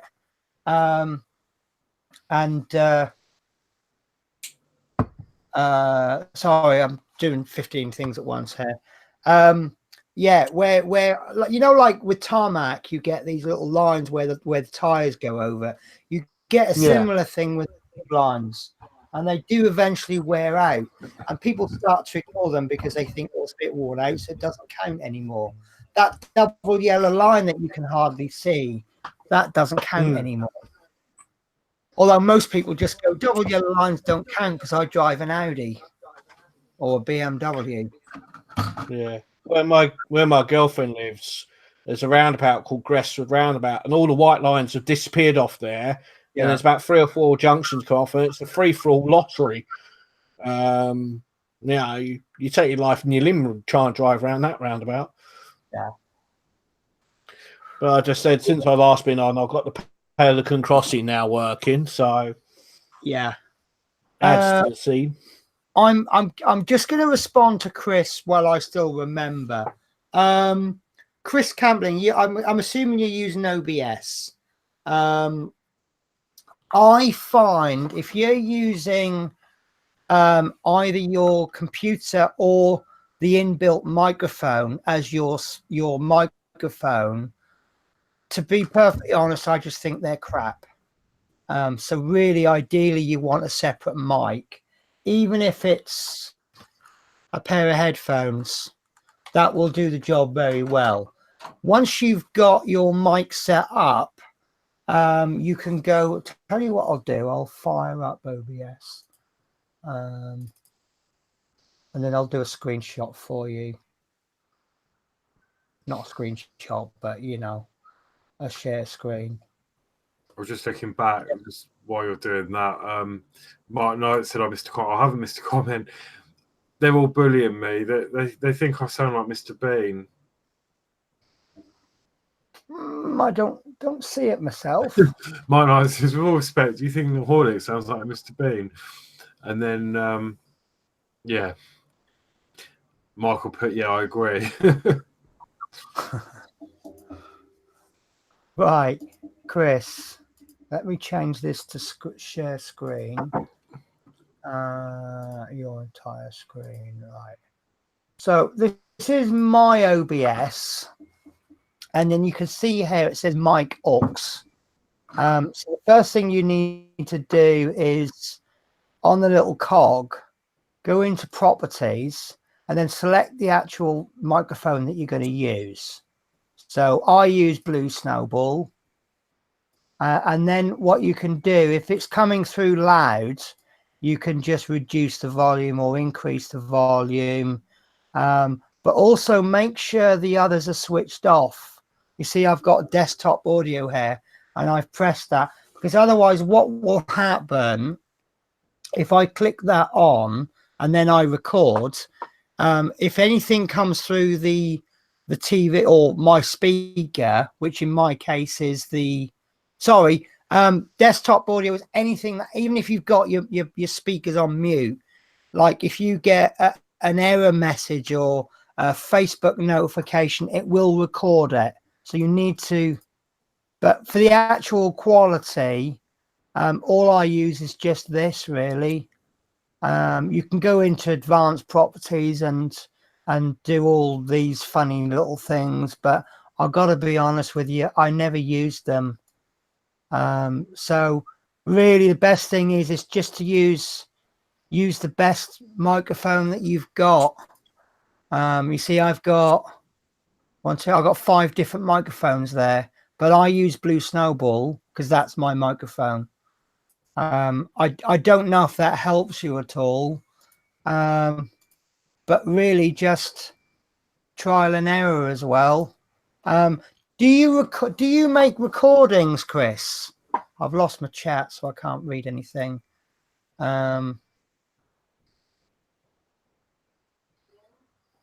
So yeah, just where it says start streaming, below that there's start recording, and just play with the settings, do a little recording, do a little 10-second recording, and then stop, and then play it back and listen to it and see what you think to the quality, and then remember where that setting is, and then change the setting, and then do another recording. And if that recording isn't any better, go back to it. Obviously you're doing live, so it's a little bit, so you do your iPad. So what do you actually stream with? Because what some people do is they record the audio separately. So they'll actually record, and then when they go into their editing software, they'll remove the audio, and then they'll actually put, so if, for example, if you find your iPhone does really good voice recordings, why not record it as normal on OBS, but have your iPhone next to you recording the audio, and then when you finish recording, bring that audio recording into your editing software, split the video and the audio, delete the audio, and then put in the iPhone audio. Some people do that. It's a little bit more faff, but obviously if you haven't got the equipment, that's what you're going to have to do. What about you, Horlicks? What do you do? Well, I just use the webcam software when I'm doing recordings, but for the last live I did it through just the YouTube app that they've got now, and it did everything for me. Obviously I use PC. I've never tried to do it with an iPad or anything.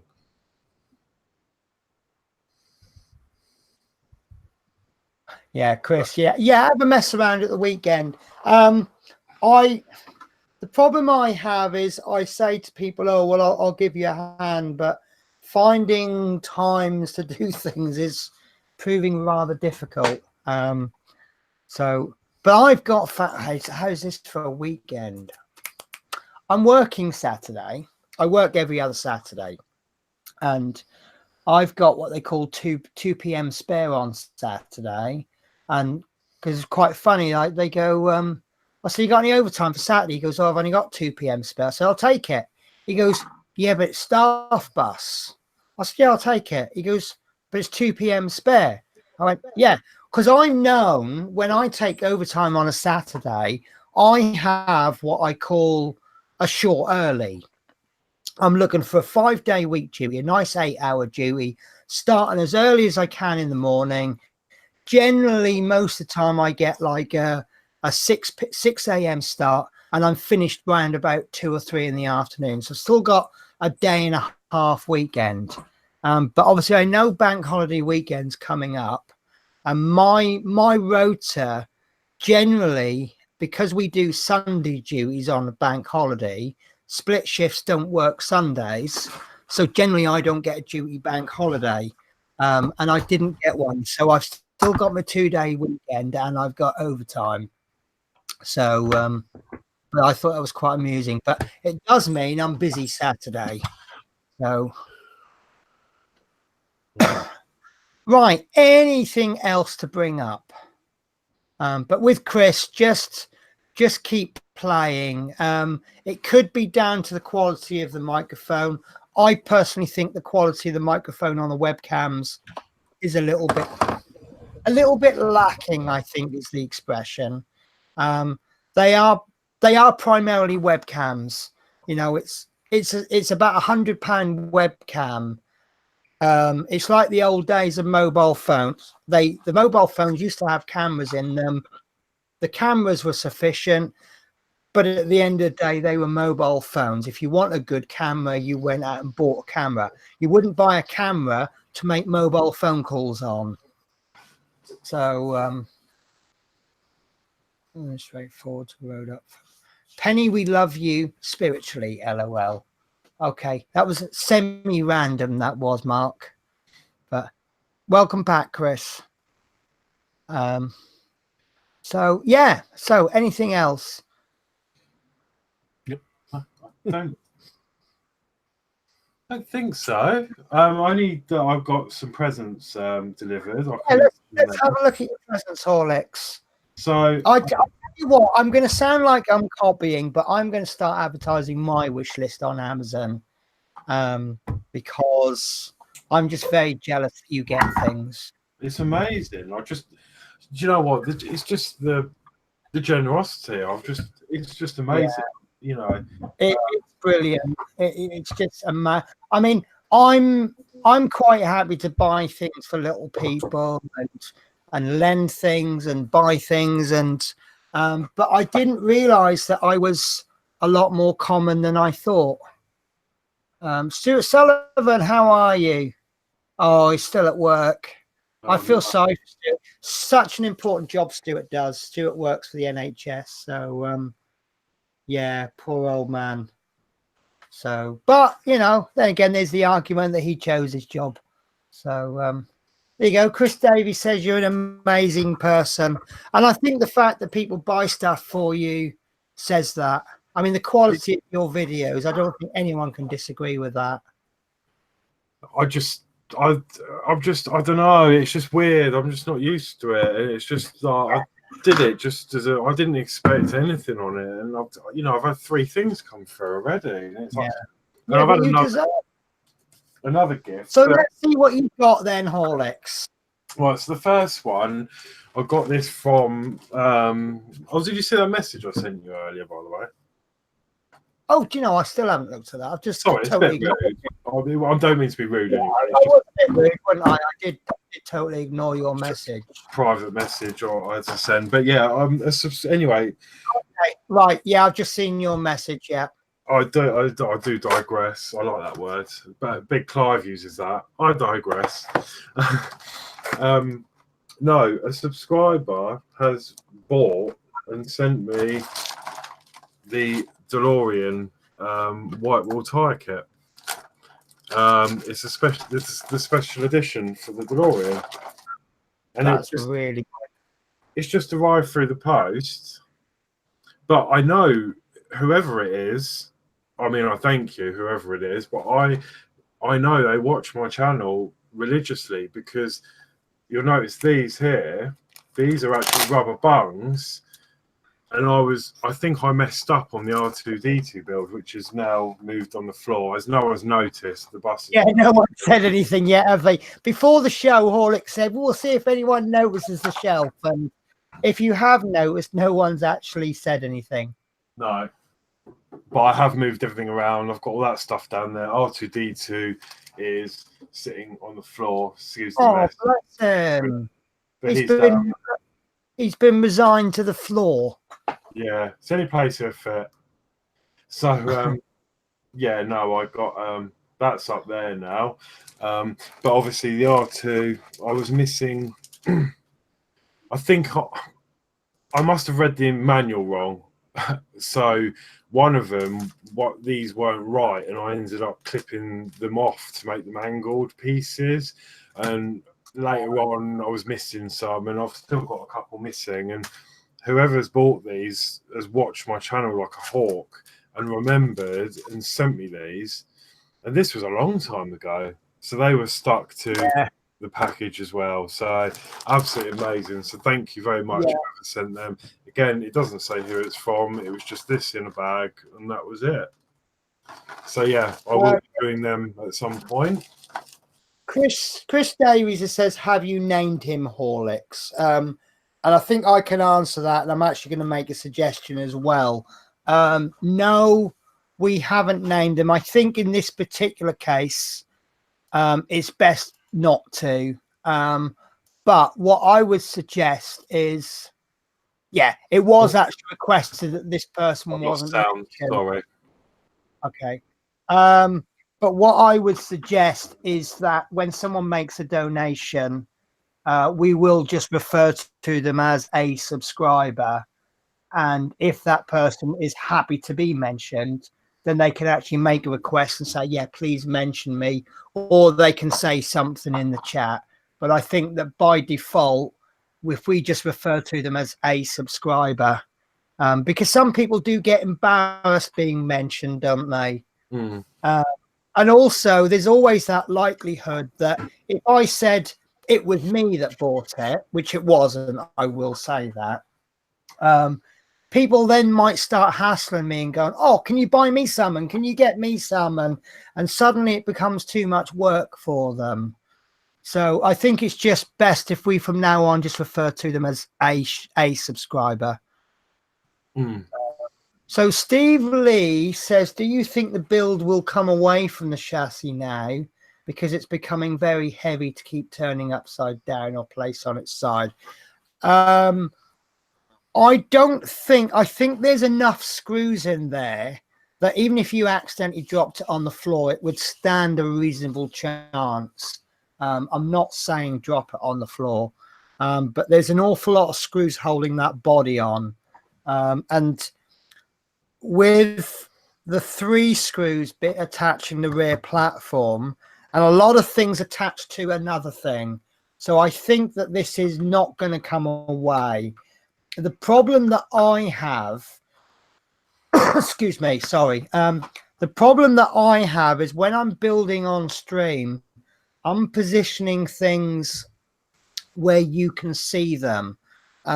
If I was doing this, like say, for example, this week, what I probably would have done is put the bus onto a table and have the rear end hanging over the sides, and then probably work upside down from underneath. So like if you imagine that's your table, I would perhaps position the bus like that. So all 6 wheels are on the table, but the rear platform is off, and then maybe tie it down or tape it down or something so it's not going to slide off, or put some chocks in. But obviously that wouldn't have worked tonight for me, because then you wouldn't have been able to see what I was doing. So I've got that additional challenge to show you what I'm doing, but I don't think you need to flip it around as much as I have. Right, so Mark Knight, how do I come on here as a video log? What do you mean actually come on to the show as a guest? I'll wait for you to answer that. Is that what you're asking? Because we're always looking for good guests. We want to get different people on. We want them to talk about their build. We want to know about how they found it. Did they find it different from me, myself, and Horlicks and you know, everybody else? So I mean, being bus driver, you would know more than most. I didn't get the context of that one, Steve Lee. Would you be able to explain? So Chris Davies, baby Horlicks. Dan says your room. Oh, Dan, I'm so glad. Dan, I've not seen you live for the last few weeks. Obviously, we had a chat a few weeks back, and myself and Dan, we had a bit of a misunderstanding. I will say I never deliberately ignore anybody, but I'm really happy that Dan's commented tonight. Because I'm ignoring him. No, my room's okay. Thank you for saying. I mean, this side of the room looks good, but no, I'm sorry. Right, show us your messy side. Do I have to? I've got yes.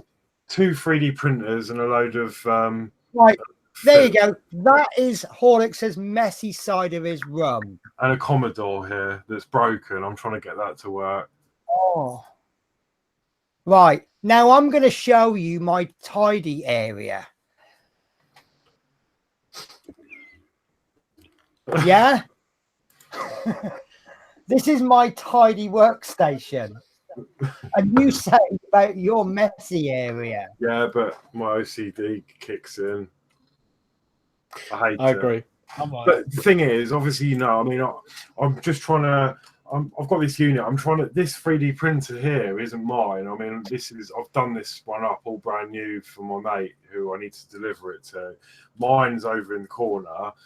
This one I've been working on, so it's all nice for him. So once that's out of the way and all this is moved, this Commodore's going back in the loft or being sold, and then I'll be able to tidy it up a bit more. But and there's my project. I see you've been doing a bit of thievery from Safeway. Oh, that was years ago. Yeah, years and years ago. I was about, I don't know, I was still a kid. My mum got that from somewhere. My dad ended up putting the Commodore in it. That's why I've got it. But I just noticed your windowsill. I think it's got a bit of a bow in the middle, hasn't it? my windowsill. Yeah, show us your windowsill.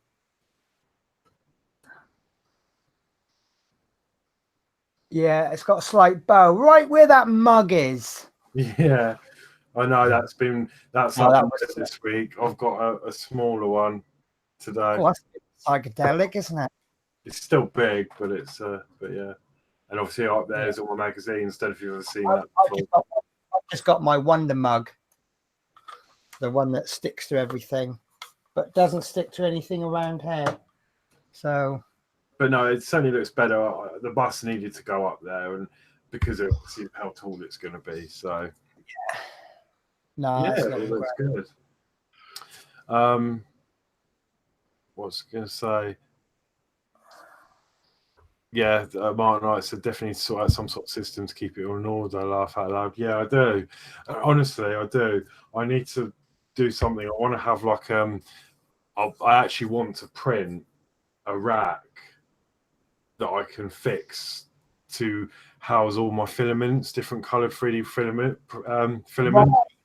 Because I know it's not printed, but there's a guy called I Like to Make Stuff, and he made an absolutely brilliant. I think it was more of an enclosure for printing ABS, but he's actually able to store all of his filaments overhead. Now, Right. I'm not suggesting do the full project, but you can sort of watch the video for inspiration. Well, that's the thing. I mean, I can't have overhead, and that is because the Ultimaker 2 printers, they actually feed in. I can't show you because it's obviously at the back, but No. Sorry, it's not an overhead feeder; it's an overhead storage. oh right, yeah. I need like almost it's like a shoe rack on the floor. Right. All your filaments on ground level, feeding upwards, because at the back of the 3D printer, like say this larger, for instance, there's my feeder. It comes out from the top into the printer, but it feeds from the bottom. But the way it's got it, the spool is at the back, and then it comes round, and then it goes up, and sometimes that breaks because it's too tight. So you can buy like a rack that sits on the floor, and you can put all your spools in a line on like a broom handle, and then all your filament can go directly up into the feeder. Right. Well, what I was looking to do, you can see where my printer is there. I'm very, very close to the top with the. I'm trying to put my finger there. Where the spool is, I actually have to push that shelf up to get to change the rack. What I'm actually thinking about doing is take that shelf out where the figures in the blue box is. On the top, I'm going to put filaments, but I'm thinking about drilling holes in the shelf so that all I have to do is just feed through whichever filament I want. Yeah. And then that will go straight down. What about working the opposite? You get a shelf like that, put the printer quite high up and have a shelf underneath. You've got holes drilled into the shelf that the printer is in. Because what I was thinking about doing is drill some holes and then plug that hole with a Bowden tube. So you feed the filament through the tube, which is drilled, which goes through the shelf. Yeah, that's a good idea. Yeah, I could look at that. I've got a unit over there at the moment with the printer on, that black unit. And at the moment it's got my regular, it's got a bag of old uniform, but there's my normal printers underneath there. But I could perhaps do something in there. But yeah, actually, that little unit with the I don't know how precious that unit is. You know, the one with the Safeway stuff on it. Oh yeah, that's going in the bin. Is it right? Think about keeping it. Think about keeping it, because I'm looking at that where that Safeway box is. Yeah. Maybe put your filaments on there and feed them through the back. Yeah. By a Bowden tube. Yeah, I'll get you. Yeah, it's a good And idea. then perhaps cut some of that middle shelf out to give you a bit more space if you need it. Yeah. So, right, Mark Knight has watched the exact video I'm on about, so I assume he means the I love that guy. I like to make stuff. He did, home entertainment with a movie blind over the front. The one that blew me away, he's got this room. It's 2 rooms, but what he's done is he's turned one room into a whatever, but in the corner he's put a wardrobe, and it goes across diagonally, but he's got a false back on the wardrobe, so you actually walk through the wardrobe into a secret room, and it's like, and I just so want to do that. I never will, because in my room I can't. I'm just going to go back through some of the comments. Horlicks. Yeah, Michael John Wick says big difference. I assume he's talking about our spaces. This is my tidy bit of my room. I won't show you the untidy bit. Horlicks, you need to sort out the lighting system. Looks like the light. Mark sent me I think it was a message. He sent me a personal message on Facebook, I think, or it was one of my videos. Suggested I put get like a sheet or something overhead and light it from the other side to give it a good light. I was looking at like light boxes and things, but I watched quite a few YouTube videos and they said no, you just need these 600K bulbs, which I've put in. I've got one up there, which is a daylight bulb. It does a lot better since you changed those bulbs. I mean, it's an improvement. Up there is a daylight bulb. It's far too bright, really. And I've also managed to strip this light here, because obviously that's a really tight fit. I had to take all this apart.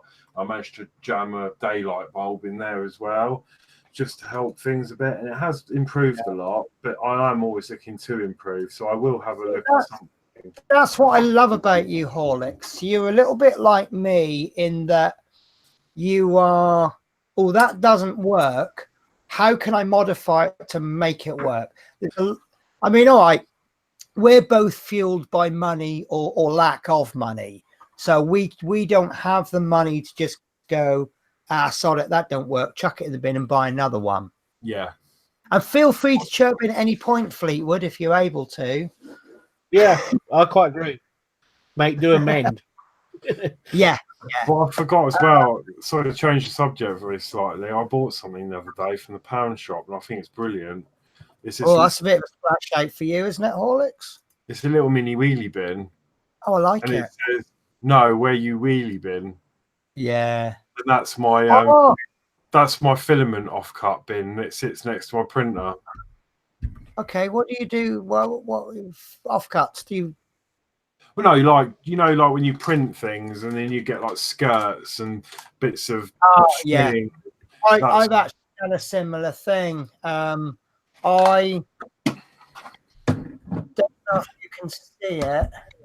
About there, well, you see a big white bin there, but above that, there's another bin. This bin actually needs to live closer to me, but the one at the back there where my finger is, that is specifically for prints. I have this. There's a bad print there. That just goes, because the problem I have is if there isn't a bin nearby, I'll chuck it in a pile. And I'll go, well, I'll put that in a bin when I get the chance to. And then what happens is that pile gets bigger and bigger. And it's just, yeah. So I have to put bins. Right. Steve Lee, you've just said again about the build coming away from the chassis because it's becoming very heavy. No, I don't think it will, because we've put lots of screws in. I can't see that going anywhere. And the way that I've been spinning mine around, I think that will be absolutely fine. Right, Chris Davis, shall we see how the rear back wall looks now the stairs are attached? I will show you next week. I think we're going to have a lot of time next next week to have a play with the bus. We can do lots of speculating and all sorts. Dan Simpson says, Penny, I'll get round to sending you that stuff next week when I pop. Now, Dan Simpson's a car body guy, and he actually gave me a lot of advice on car body fillers and how to do it if you're not so good at it. Put a little bit too much hardener in rather than not enough. Obviously, with experience, you get to the point where you can put just bang enough in, and that's obviously the stage I want to get to. But the dome that's now broken, which I think is not repairable, I probably haven't put enough hardener in it, so it's quite flexible, which you don't really want. But also Dan's told me about little extra tools like these scrapers that you get from Poundland. Not really very good. They probably are just ideal for scraping wallpaper off your wall, but not for putting car body filler on.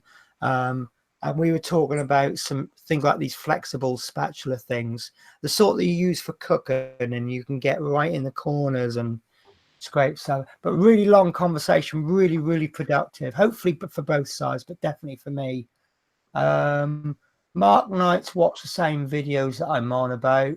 The bloke actually, but yeah, what this guy I like to make stuff can't do. It probably isn't even worth doing. So yeah, Mark Knight says those overlight lights will help.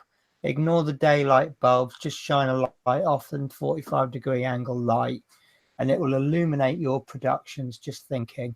Yeah, I think you're talking about the light up here I showed you, because I don't often use that because I find it too bright.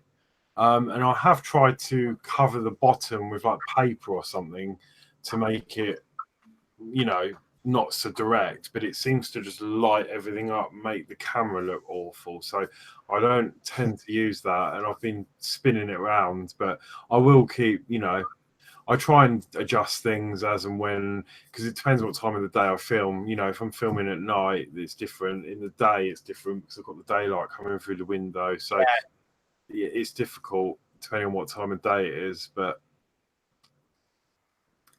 yeah. I was just Bombrute said it's just put batteries in, only the bell push works. Does that sound right, Penny Horlicks? Well, I don't know personally because I haven't got that far, but by what we've done, I think you won't have the headlights working because we haven't been able to connect the cable C. But if you have connected C, then I think they should work. And also, yeah, I think the only thing that would work is the bell pushes and the sound. Hopefully, you've got sound. And the interior lights. What does the and the two switches in the driver's cab work as well? What do they control? Is that the horn? Have we got one's the horn and one's the interior lights? Right. Okay. Yeah. And then what does the pull cord do? Is that for the bell as well? That's the bell. Yeah. That should be for the bell, shouldn't it? Yeah. Yeah. The buttons inside the bell push are the ones that are like the conductor presses. It's a slightly different sound to the actual bell push on the thing itself. Right. Okay. So yeah, you should have all the bell pushes working, and then, as I said, the driver's controls should do something. Interior lights and a horn. And that's, I think that's all you're going to get at this stage of the build until you've connected C. When we've got the extension for that, I think that all the front headlights will light up, including the mod if you've done that, if you've wired that up, of course. Of course, that's another thing that you need to think about, isn't it, Penny? Connecting the mod. Yeah, I need to work on that one.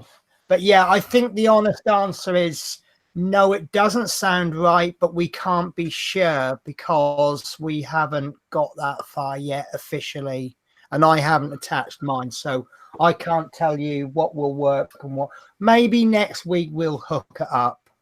Fleetwood's got the. Interior lights. Right. So we've got interior lights. That sounds like a horn. Oh, I love that horn. Do it again. Do it again. Hang on. Oh, I love it. Oh, driver Miss Daisy. We've actually got a bus at work that's got a really disappointing light.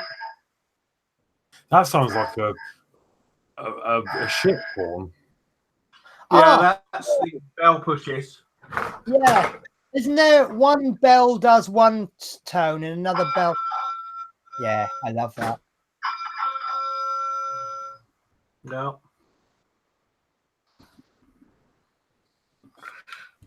So,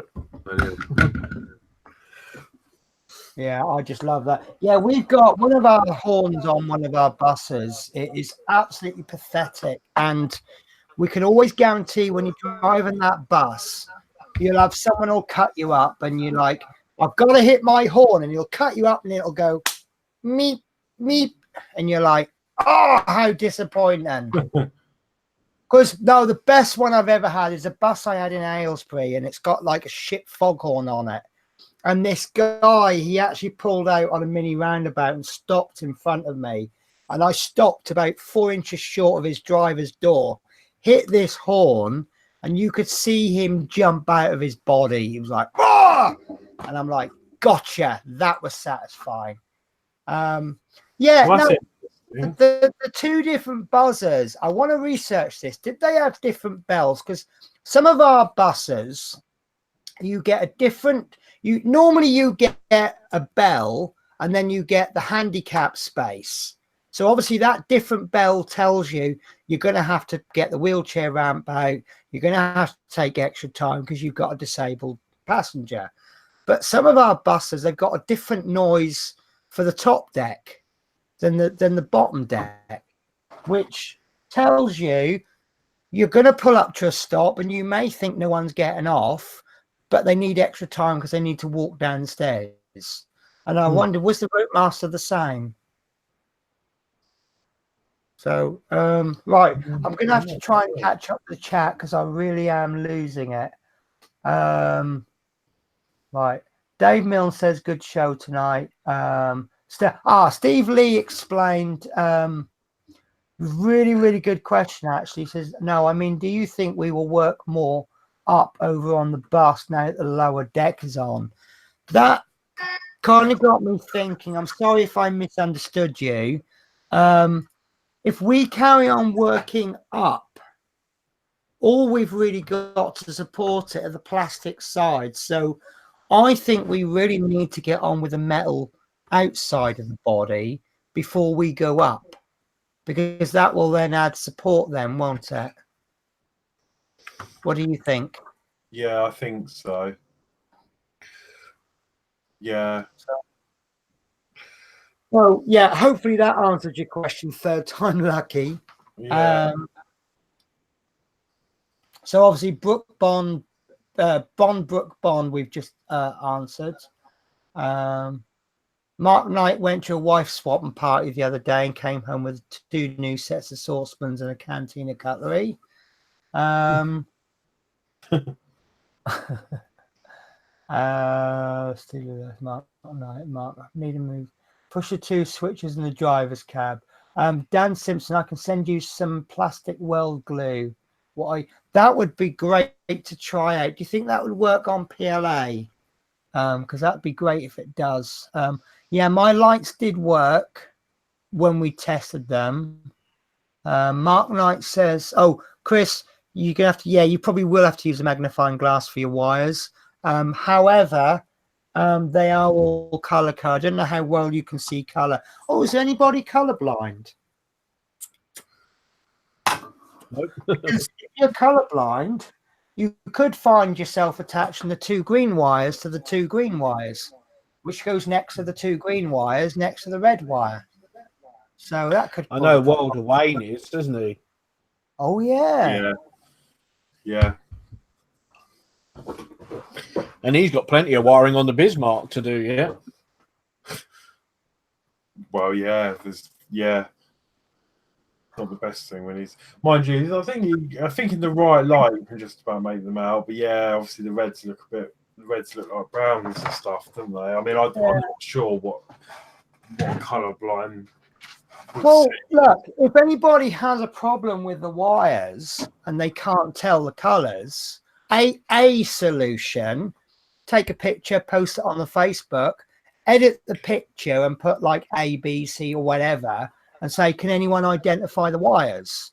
I don't understand how colorblind work. There's two colors, like, will two colors look exactly the same, or will they look different shades of green or different shades of something? I think like shades of color. I mean, if you look at red, it will probably affect you with the yellows and the oranges, maybe greens. I don't know, blues and greens. You know what I mean? If you can't tell the difference, say for example, blue and green, is it a case of you can tell the two colors apart, you just can't tell what the color is, or is there different?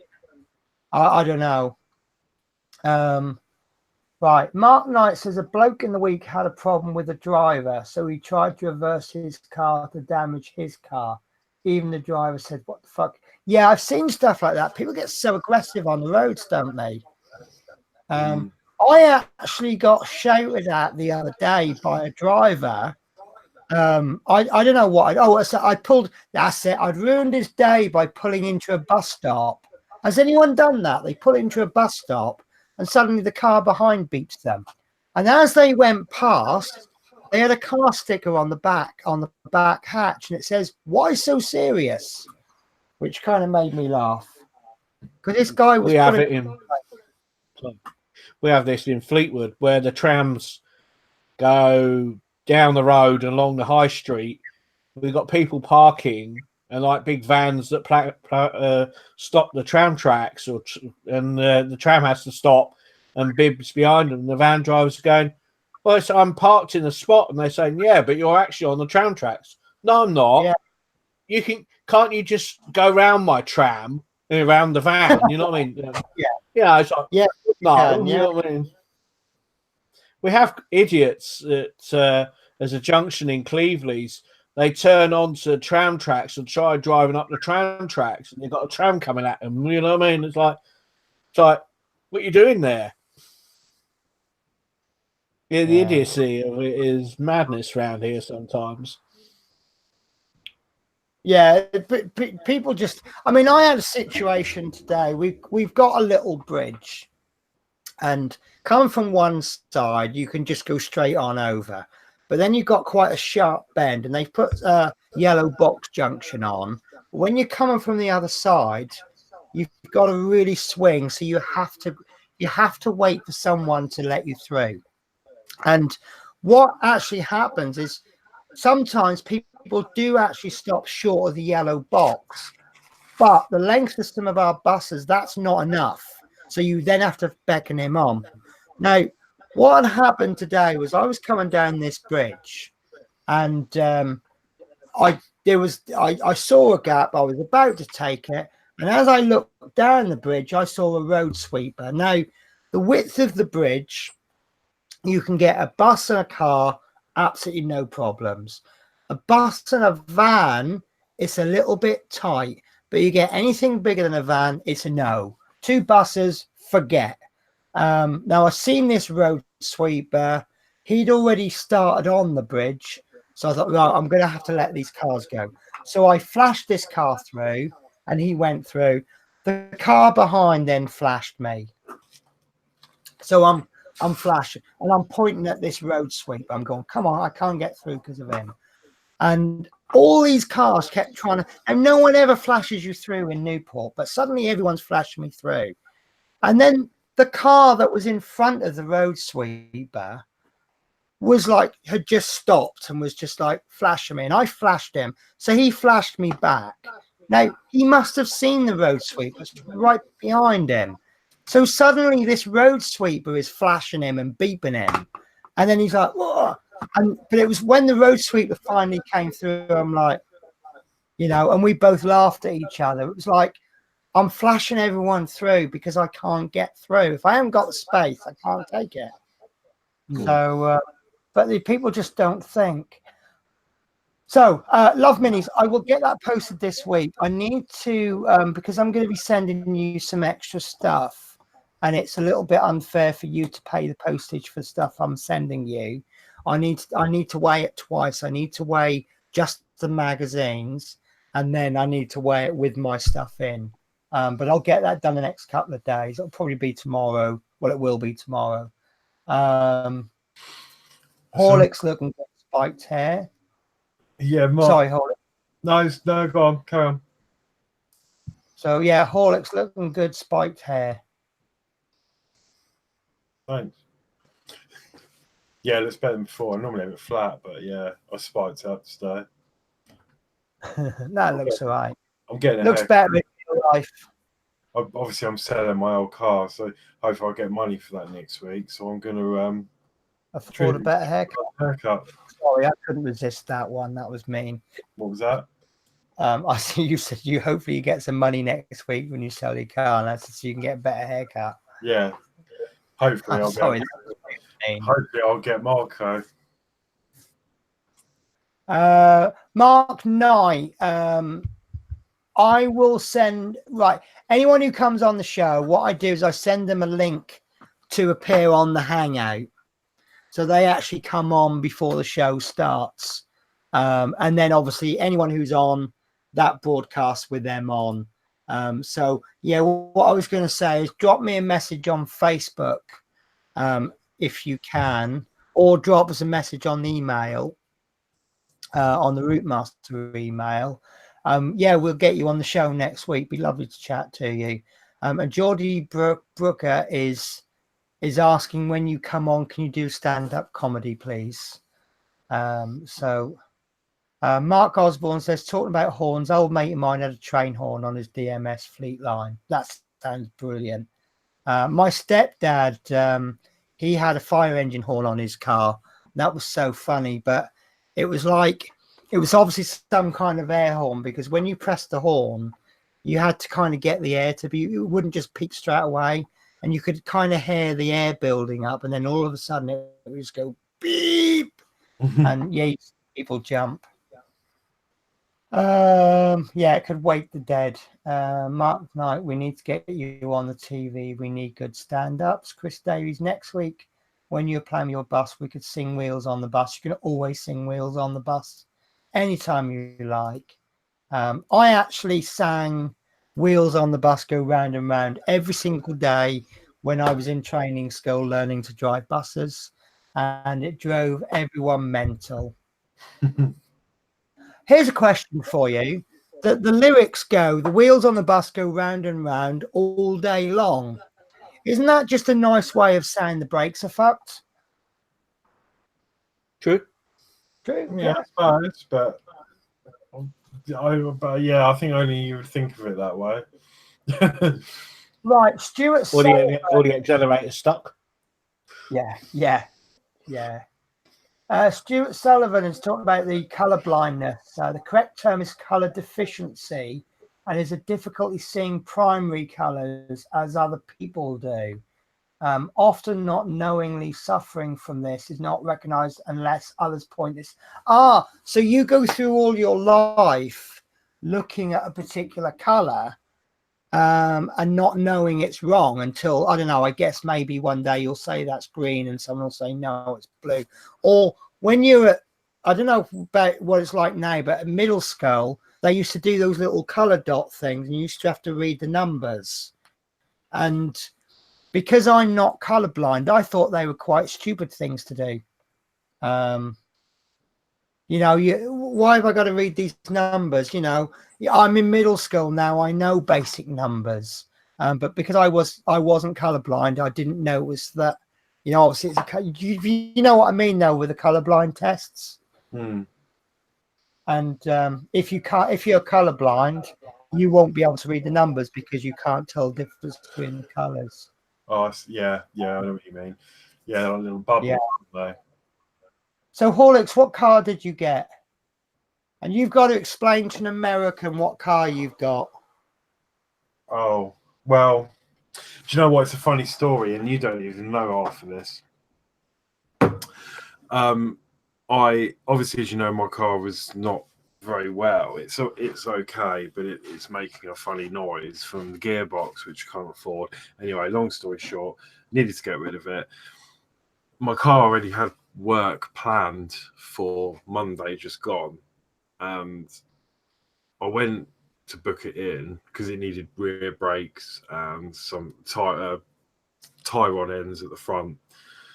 And my mechanic said, "Oh, my daughter's got another car for sale, and it's what I wanted." And I said, "Oh, right," and I got really excited about it. And then I didn't have the money, full stop. I haven't even got a fiver in the bank. And I was like, "Oh, what can I do?" So I had this brilliant idea that I was going to sell my new mobile phone because I need a car. So I thought, right, sell this. That's 700 quid. Sell my 3D printer, 700 quid. I was going to sell the printer because I thought to myself, it's fine because I can buy myself one of those 150 quid ones. And then I was going to sell my iPad. I was going to basically sell my life just to get this car. And I phoned my friend Dean, who's buying the other printer, and I said, "Look, my printer's up for sale. Do you know anyone who wants it?" And he said, "Why?" And he asked me all the questions, and I said, "This car's come up." And he said, "Oh, I don't know, I'll ask around." Anyway, an hour later, my mate phones me back up and says, "Don't sell anything. You're not selling anything. His mum was going to pay for this car for me." So obviously, I pay her back. You know, she hasn't given me the money, but I can pay her back at an amazing rate. It's too good, really. I'm going to be giving her more than what she wants. So, but it's another Golf, basically. I've got a VW Golf. It's a 2003, and I've always wanted. It's done 205,000 miles, and it'll still go. It'll probably do 400,000, but it's everything round the engine, isn't it? So, this is a newer Golf, the next model up, which is the Mark V. So it's had the facelift. And yeah, it's again a diesel, and it's done half the mileage as mine. And it's just one of them things that I've always wanted one, like, to upgrade, and this was a perfect one. So that's the car. So it's a Volkswagen. It's German brand, obviously. Volkswagen Golf. I think it's on my Facebook, Love Mini. So if you go to my Facebook wall, you'll see a couple of pictures of it. I couldn't take full pictures because when I viewed it, my mechanic's daughter actually had someone in the car and a child asleep in the back. So obviously I didn't want to take pictures of all them in the car. So that's why the pictures are slightly at funny angles, but to avoid them. But yeah, that's it. Yeah, I didn't think there was anything wrong with your old car myself, but apart from when you nearly took it under a bridge that was half the height and half the width of your car. That was Chris Davies. He goes, "Go down that way." I'm like, "Oh, it probably would have been all right." Yeah, let's just take this narrow, tiny bridge that you can hardly get a model railway under. No, do you know what? The car is fine to drive. When you're driving it, it's fine. But when you're stopped at traffic lights, or if you're idling, the engine's just ticking over. The gearbox was making this banging noise, and it's the gearbox bearing inside was pretty much on its way out. So it would have been a matter of time before I would have lost all my gears, and the gearbox would have just gone bang. So you just got rid of it while you could. It's funny, I had a knocking on the bus today. I pulled into a bus stop and I just heard this knocking, and I couldn't figure out what it was. And until I pulled off the bus stop, it was someone trying to get on the bus. I made that one up. Yeah. Stuart Sullivan says, "Oh no, Horlicks, don't sell yourself for a car." No, do you know what? It's necessary because obviously I work 40 minutes away. There's no really any public transport because I sort of work sort of in the sticks, if you like. So there is a bus service, but it's very, very, it's like 1 an hour, but that's hit and miss. That's if it runs. Sometimes you sit at the bus stop and they might miss one, and then you're sitting there for 2 hours, and it's just not. I can't do that, so I need to get to work. So it was a case of I need to just. It's not because I want a new car; it's because I need it. You've got to get one before it lets you down, doesn't it? Yeah. So I have sold mine provisionally. Someone wants to buy it. They know everything that's wrong with it, and it's like my last car. It was on its way out. I sold it to someone that I knew could fix it for cheap. yeah, And I live half a mile from work, and to be honest with you, I really enjoy the walk. I actually now enjoy when you get that crisp, sharp morning, and it's a little bit chilly, almost frosty. I quite like walking then. Right, I'm going to read someone's joke out, but I'm not going to read it as they've written it because I think they've written it wrong. But Mark Knight has put, if you ever get caught by cannibals, always argue with them, because cannibals never eat anything that doesn't agree with them. Still wasn't funny when I said it, was it? This one I like. Had a guy last week who told me off for tailgating him. When I told him I just did it because he had his hazards on, he said, "Oh, I thought I put my side lights on." And this one is funny, and I've actually kind of done this myself. Talking about brakes, driver started his bus, released the parking brake, air wasn't up, and got out of the bus to see the inspector. Air built up and the bus rolled off out of the garage, took out a lorry and a shop.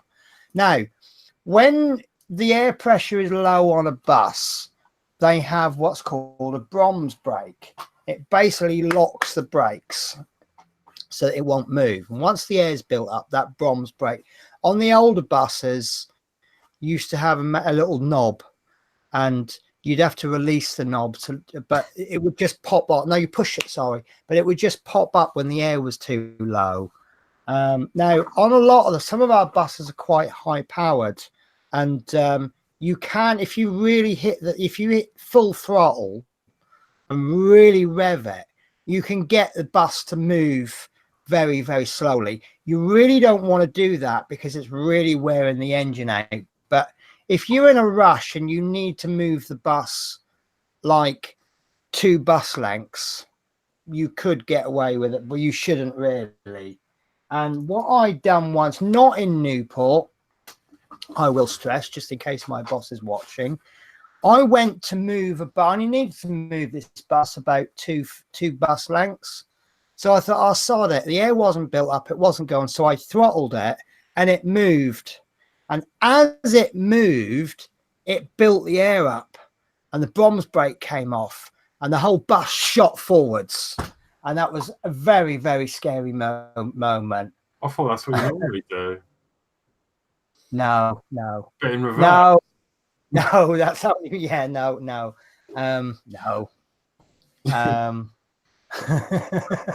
Yeah, I hammered this bus backwards, and yeah, someone was filming me with all good intentions. Mark Knight says cars are a rip-off now. It's not the cars, it's the insurance. Totally agree.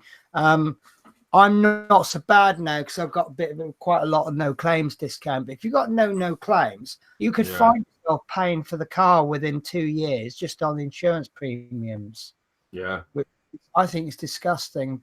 And they say, oh, the premiums are high because of the uninsured drivers.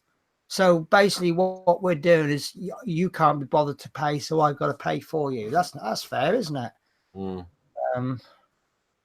So Steve Lee says, thank you, Penny, Horlicks and Fleetwood, and all my Paint with Penny friends in the room. Another great show. See you soon. Have a great week. I think most people are tailing off now, aren't they? What car did you have? Cool, I've had loads of cars, but my last car was a Safira. I used to have a Fiesta, and I used to do live-in care. And I found myself in a situation where, because I gave up my home because I was living in caring everywhere, I could only own what I could fit in the car. And obviously a Fiesta, you can only fit so much stuff in. So I upgraded to a Safira. Yeah, that's it. Dan says it'll do the clutching. Mark Knights. Do you know what? You just put me off there, Mark. Penny, you sound so sexy when you're being serious. Right, I'm going to stop being sexy then. Stop being serious then. Yeah, so I had a Safira, and I did like that car because those Safiras, you can get so much stuff and it's unreal. I actually managed to They catch fire, don't they?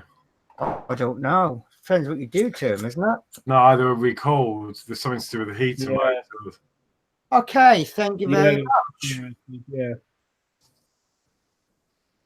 People just going along the road and they'd just be bursting into flames under the glove box. But I think they've sorted it now. They all got recalled. We've got 2 at work as company cars, and every time I went in it before the recalls, oh my god, is this going to start smoking? I was ready, I was ready to leap out the door, but they got sent in and they were sorted. Do you know, my absolute favourite car ever was a Seat Ibiza on an E-plate. And that was my second car, because my first car was a Metro. And I totally wrecked that.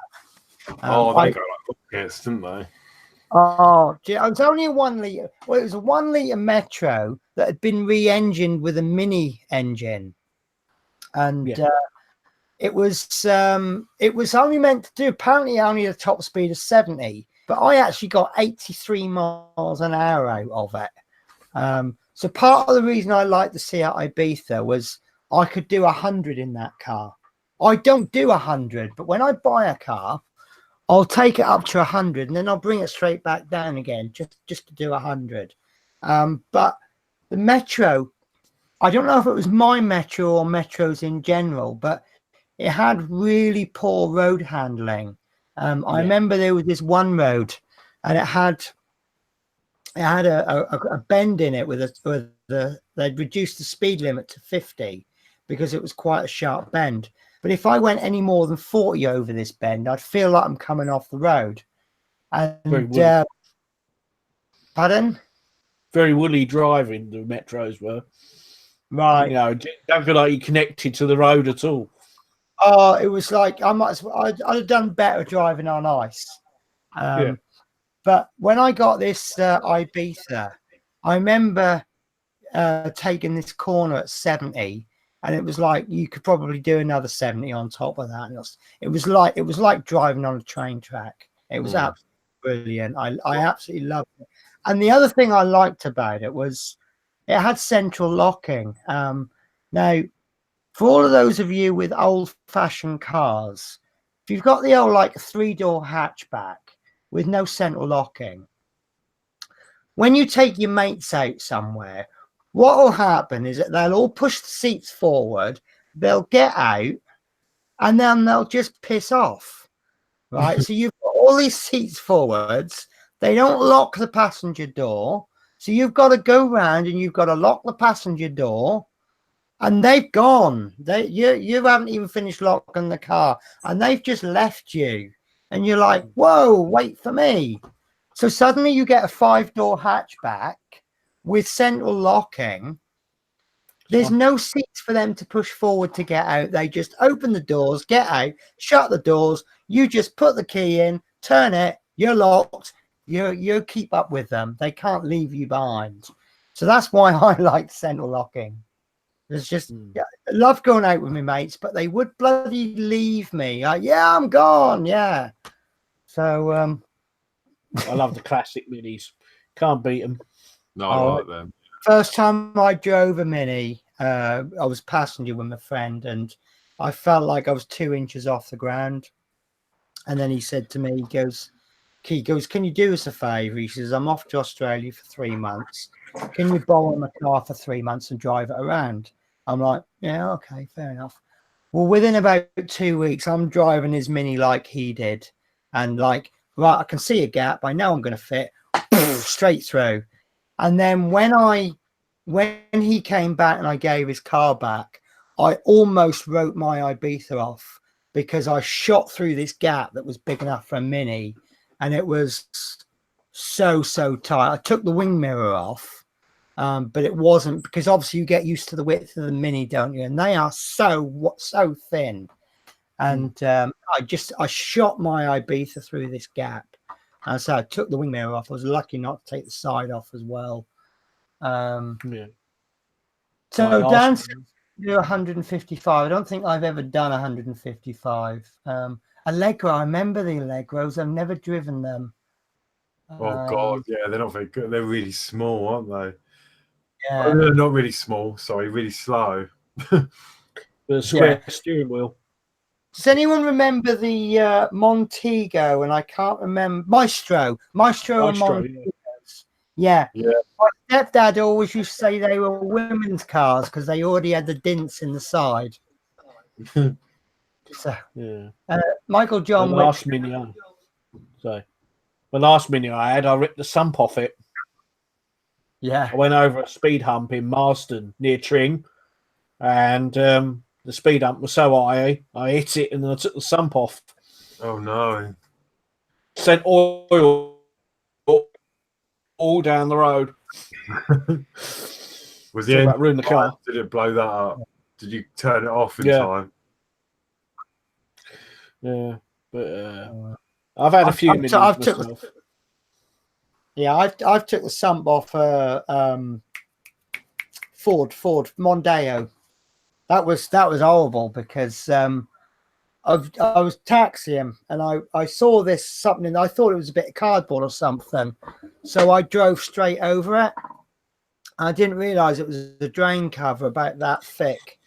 Someone had taken it off, and people messing about on a Friday night, and I heard this bang, and then my oil warning light came on immediately, and so I stopped the car and I looked, and there was this big thick layer of oil all the way from the drain cover all the way to my car, and it just ripped that sump right out. But apparently it's a design flaw or something where they got the oil sumps are so low that they will do that. Go over a bump. Someone said that. I don't know much about cars. My current Golf, it's got a load of chemical metal because I've got a hole in my sump, but it was due to my old mechanic. He decided to, because it's on the VWs, the sumps are alloy, and the mechanic decided to jack the engine up from the sump at the bottom, and the jack went through it. That sounds pretty dumb to do. Yeah, and because I was really short on money, I couldn't afford to replace it. I mean, not that I should have done because I didn't damage it, but we ended up fixing it with some chemical metal. And do you know what? It's still holding to this day. Fair enough. You got to be careful with cars nowadays. I mean, my girlfriend's got a Fiat 500, and that's got a design flaw in it that if you don't jack it in certain points, you'll actually put the jack through the sill. Yeah. Yeah. My Golf's the same. There's special points underneath if you don't. Yeah, you got little triangles. Yeah. And if you don't line the jack up properly or take your time too, and you keep winding it up, you'll actually send the whole jack through the sill point. Yeah. No.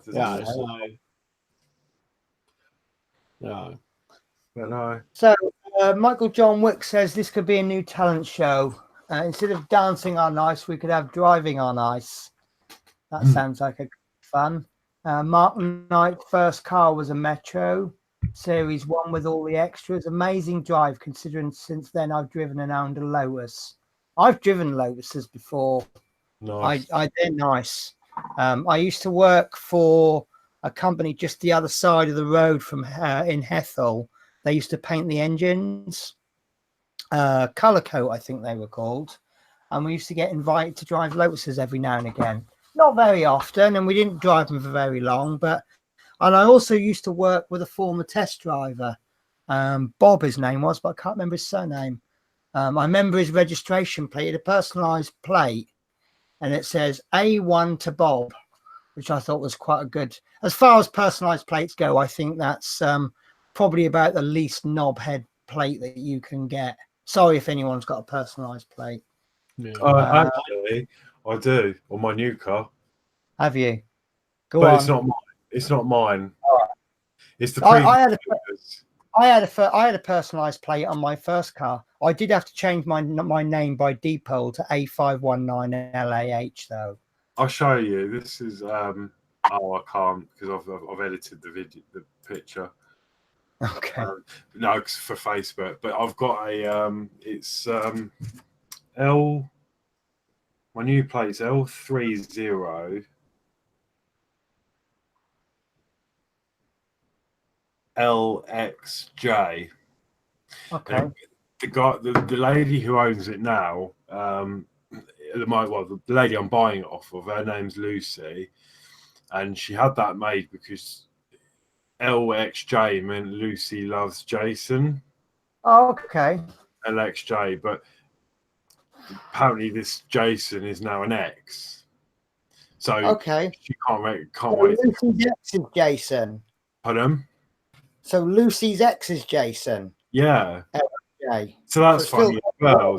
So she doesn't want the plate, so she should keep the plate. So I've only got a 6-digit plate. Right, guys. So what's the registration plate? L30. Why? L30. Right, guys. So we are going to have That's the we fun. are. So we are going to change Horlicks' name by depot so that his initials are LXJ. So any suggestions for names? I'm thinking Lee Xavier Johnson. Yeah. So yeah, we've got to change. Yeah, it's a shame. I do like. I mean, it's okay. I mean, it doesn't mean anything to me, but I would like because it's a 2008 car. I've never had one that new actually, so it's still old, but it's not as old to 11 years. But it'd be nice. Yeah, the newest car I've ever had is a 2002. I just don't buy new cars. I can't see the point. I just think you lose so much. The most I've ever spent on a car, and that's actually the Zafira, was 600 quid, and it really did do badly on the next MOT. It cost me 250 quid to get it through. Oh, that's nothing. It's today's standards, though. Well, if I'd have scrapped the car, then I'd have spent 300, 400, 500 quid buying another car. So 250 quid was like a new car. At least then I know I've got a car on the road. But I can't see the point. To me, I have zero passion about cars. Right, Mark Knight's changed his name by depot many moons ago. Not going to tell you what my original name was, though. Mark Osborne says, have to change your name to Horlicks Loves Fleetwood J. And Bond, his wife, took her driver's test the other day. She got 8 out of 10. The other 2 guys jumped clear.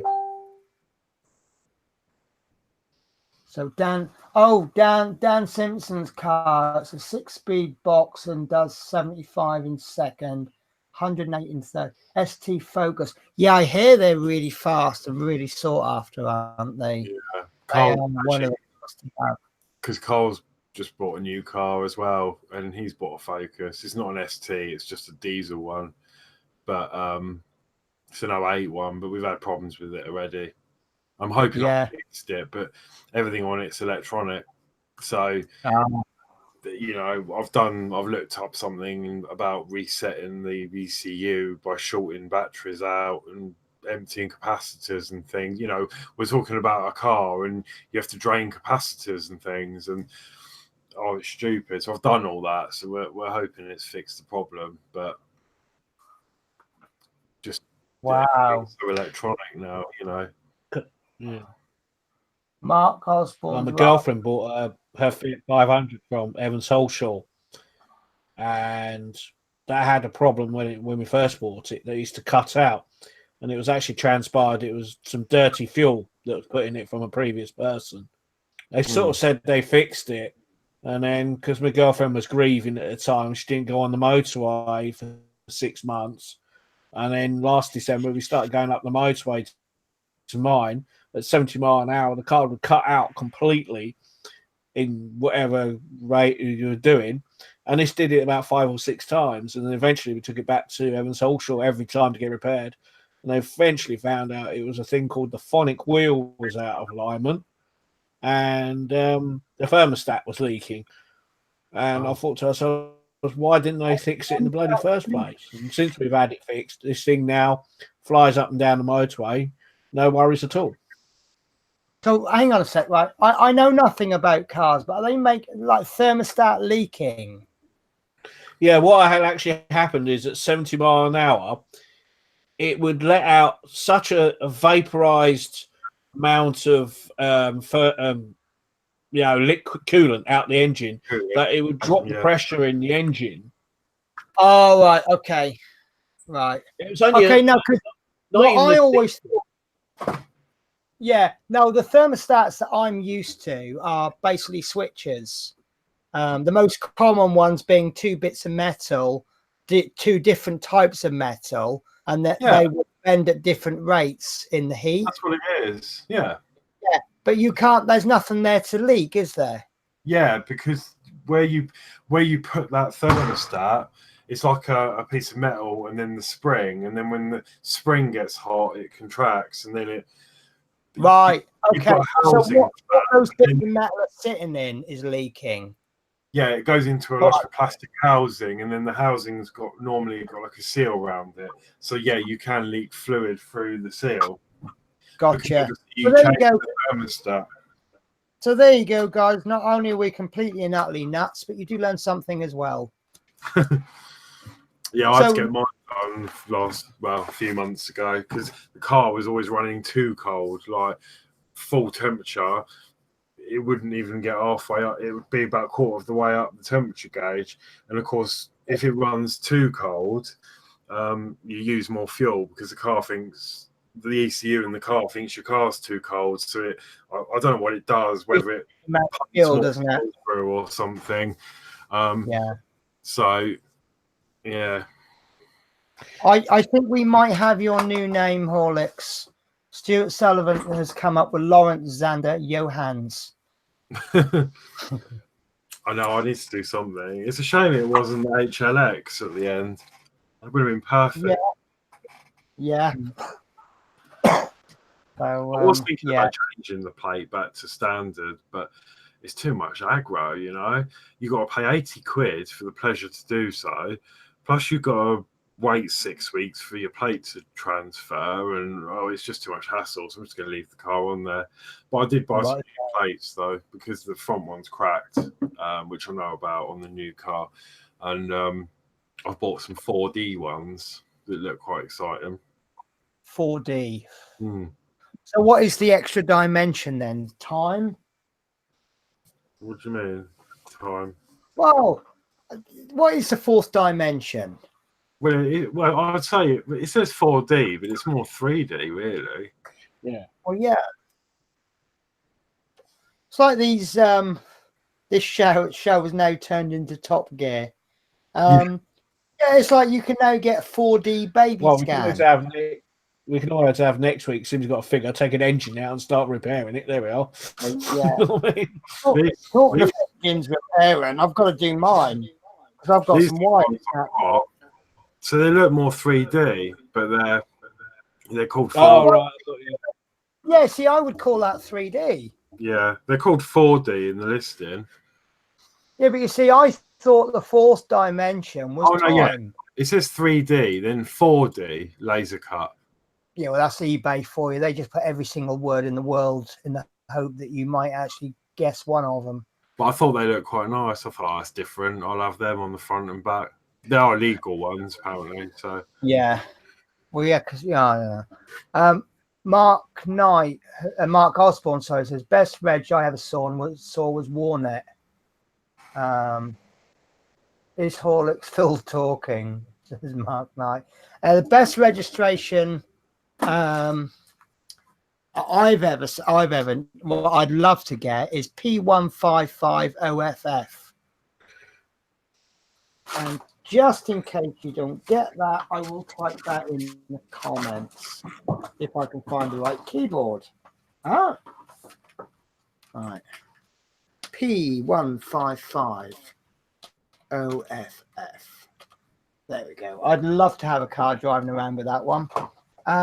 Did I see if you get spare bonnet? Yeah, I've got that bonnet. I'm going to send to you, Chris. I am looking at getting a cheap one. I did see issue one for sale, but the guy wanted £8 or £5 plus £3, £5 plus £3 postage, and I thought, yeah, I'm not going to spend £8 on an issue one magazine. I personally wouldn't pay more than £1.99 for issue one, but I think I need to buy some extra issues of Routemaster, and if I spend £25, I get free postage. So I'll just get 3 magazines from Hachette, and I'll just tack on issue one if they're still going for £1.99. So, or I can back issue it from WH Smith's, and that'll be in 11-12 weeks. So. But some people charge some crazy prices on eBay for the Routemaster magazines. No, yeah, £20 a copy plus postage. You know, I've got 3 for sale on mine, and I'm getting moaned at for charging £9.99, including my Hermes. You know what I mean? Mm. You know, I had 2 people send me a question I'm saying, paying extra for the postage, and obviously you win on the postage if you buy more than one item, don't you? Because obviously, like, if you said it's £3 postage, then you'll charge me £3 postage for one issue. But if I bought 10 issues off you, you could probably still get that into £3 postage, couldn't you? But you know, you make your choice. If you advertise it at £20 and someone's prepared to pay that, then yeah, full credit to you. I'm not prepared to. You know, I want a new bonnet. Basically, what had happened was Chris, when we saw Chris Davies last week, his bonnet had just got a bit mashed up and all the paint had chipped off. And I said, well, look, my Newport one, I'm going to be stripping all the paint off. And so I'll send you my one, which is red, and your one that's chipped, I'll use that one and strip the paint off. But there's a bit of a dint in it. So it's a usable bonnet. It's not a problem if it's got a dint in it, but, you know, I'm not going to spend £8 to replace a part that is probably all right anyway. So, yeah, Mark Knight, I need to see that again, your 3D model. Right, on that note, it is now 11:10. And we have got to, well, some of us have to go to bed. I will. 4D means a series of 3D images collectively added together over time. So does that mean my printer is 4D then? Because it's layering 3D on it. So I just thought, you know, 2D is flat, isn't it? 3D has got that height on it, or at least the illusion. Right, so next week it looks like we are going to have, is it Mark Knight? So Mark Knight, if you could message me, and then I've got you on Facebook, and we'll get you on the show, and we'll have a good old chat with you, which would be great to have a guest next week because we may not have much to talk about. Mark Osborne, if you could do me a favor, could you message me, because I forget things overnight. Most people tell you what I'm like with postage. Terrible, aren't I, Horlicks? Yeah. Yeah. I just need the bonnet. Let me show you. Be back in a sec.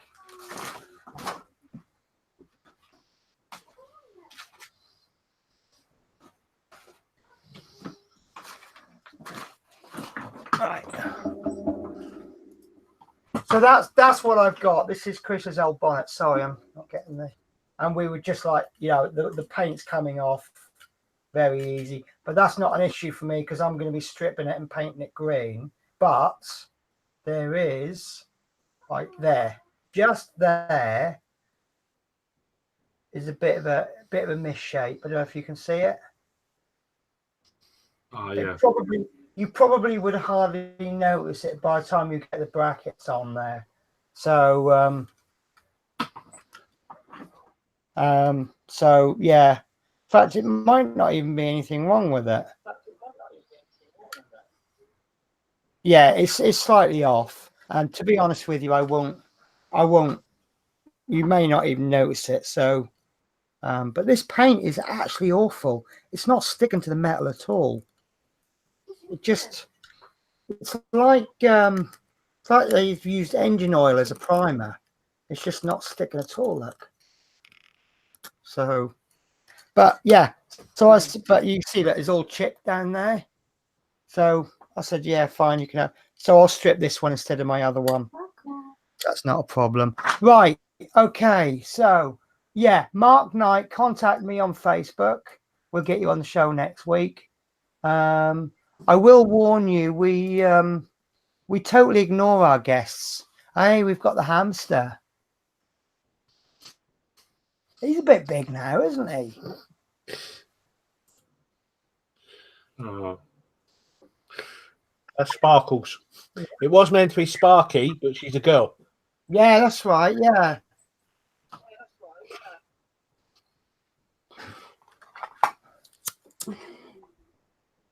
Right. Hello. Come on then. Is that the hamster talking, or is that your girlfriend talking? Yeah, that's my girlfriend talking. Yeah. Come on. Hello. We've got half of a hello. Hello. Yeah.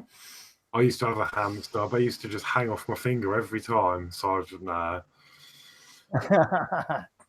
I had, did I tell you I used to have 15 of them? I bought 2 as a breeding pair. I just wanted to breed them once. And don't breed hamsters if you know nothing about hamsters, because I ended up with 3 litters of them. And that was hard work. But it's funny how do you notice the noise he makes at night anymore, Fleetwood? Oh, this one's a bar chewer. This one is an absolute nightmare. Yeah. She just chews the bars all night. Yeah. And they're on the wheels, squeaking away. Yeah. She's got a wheel as well. What used to make me laugh about mine was they would spend every waking moment trying to escape from the cage. But if you left the cage open, they wouldn't come out. That's true. You know, you'd be like, there you go for a run. You know, we used to put them, we had one of those balls and we used to hold the ball and they wouldn't come out, would not come out. As soon as you shut the cage, they're trying to escape just constantly. Right. So, okay. I'm going to say goodbye. Mark Osborne, Mark Knight, if you could contact me on Facebook, that would be appreciated. So I'm saying goodbye, and this is Horlicks saying goodbye. Yeah, see you later, everyone. Have a good evening and see you all next week. And this is Fleetwood saying goodbye.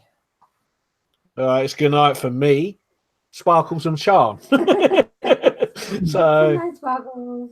see you soon, and hope it's not 6 weeks next time. Yeah, it'll be 4 weeks from now on. We change it because it was something or another. I can't remember why now. I had to go away because my girlfriend's gran fell over and broke her hip, so that's what the delay was, if you know what I mean. So yeah, right, okay, guys. So I will see you later. Yes, Mark, I will send you a message if I can find you on Facebook.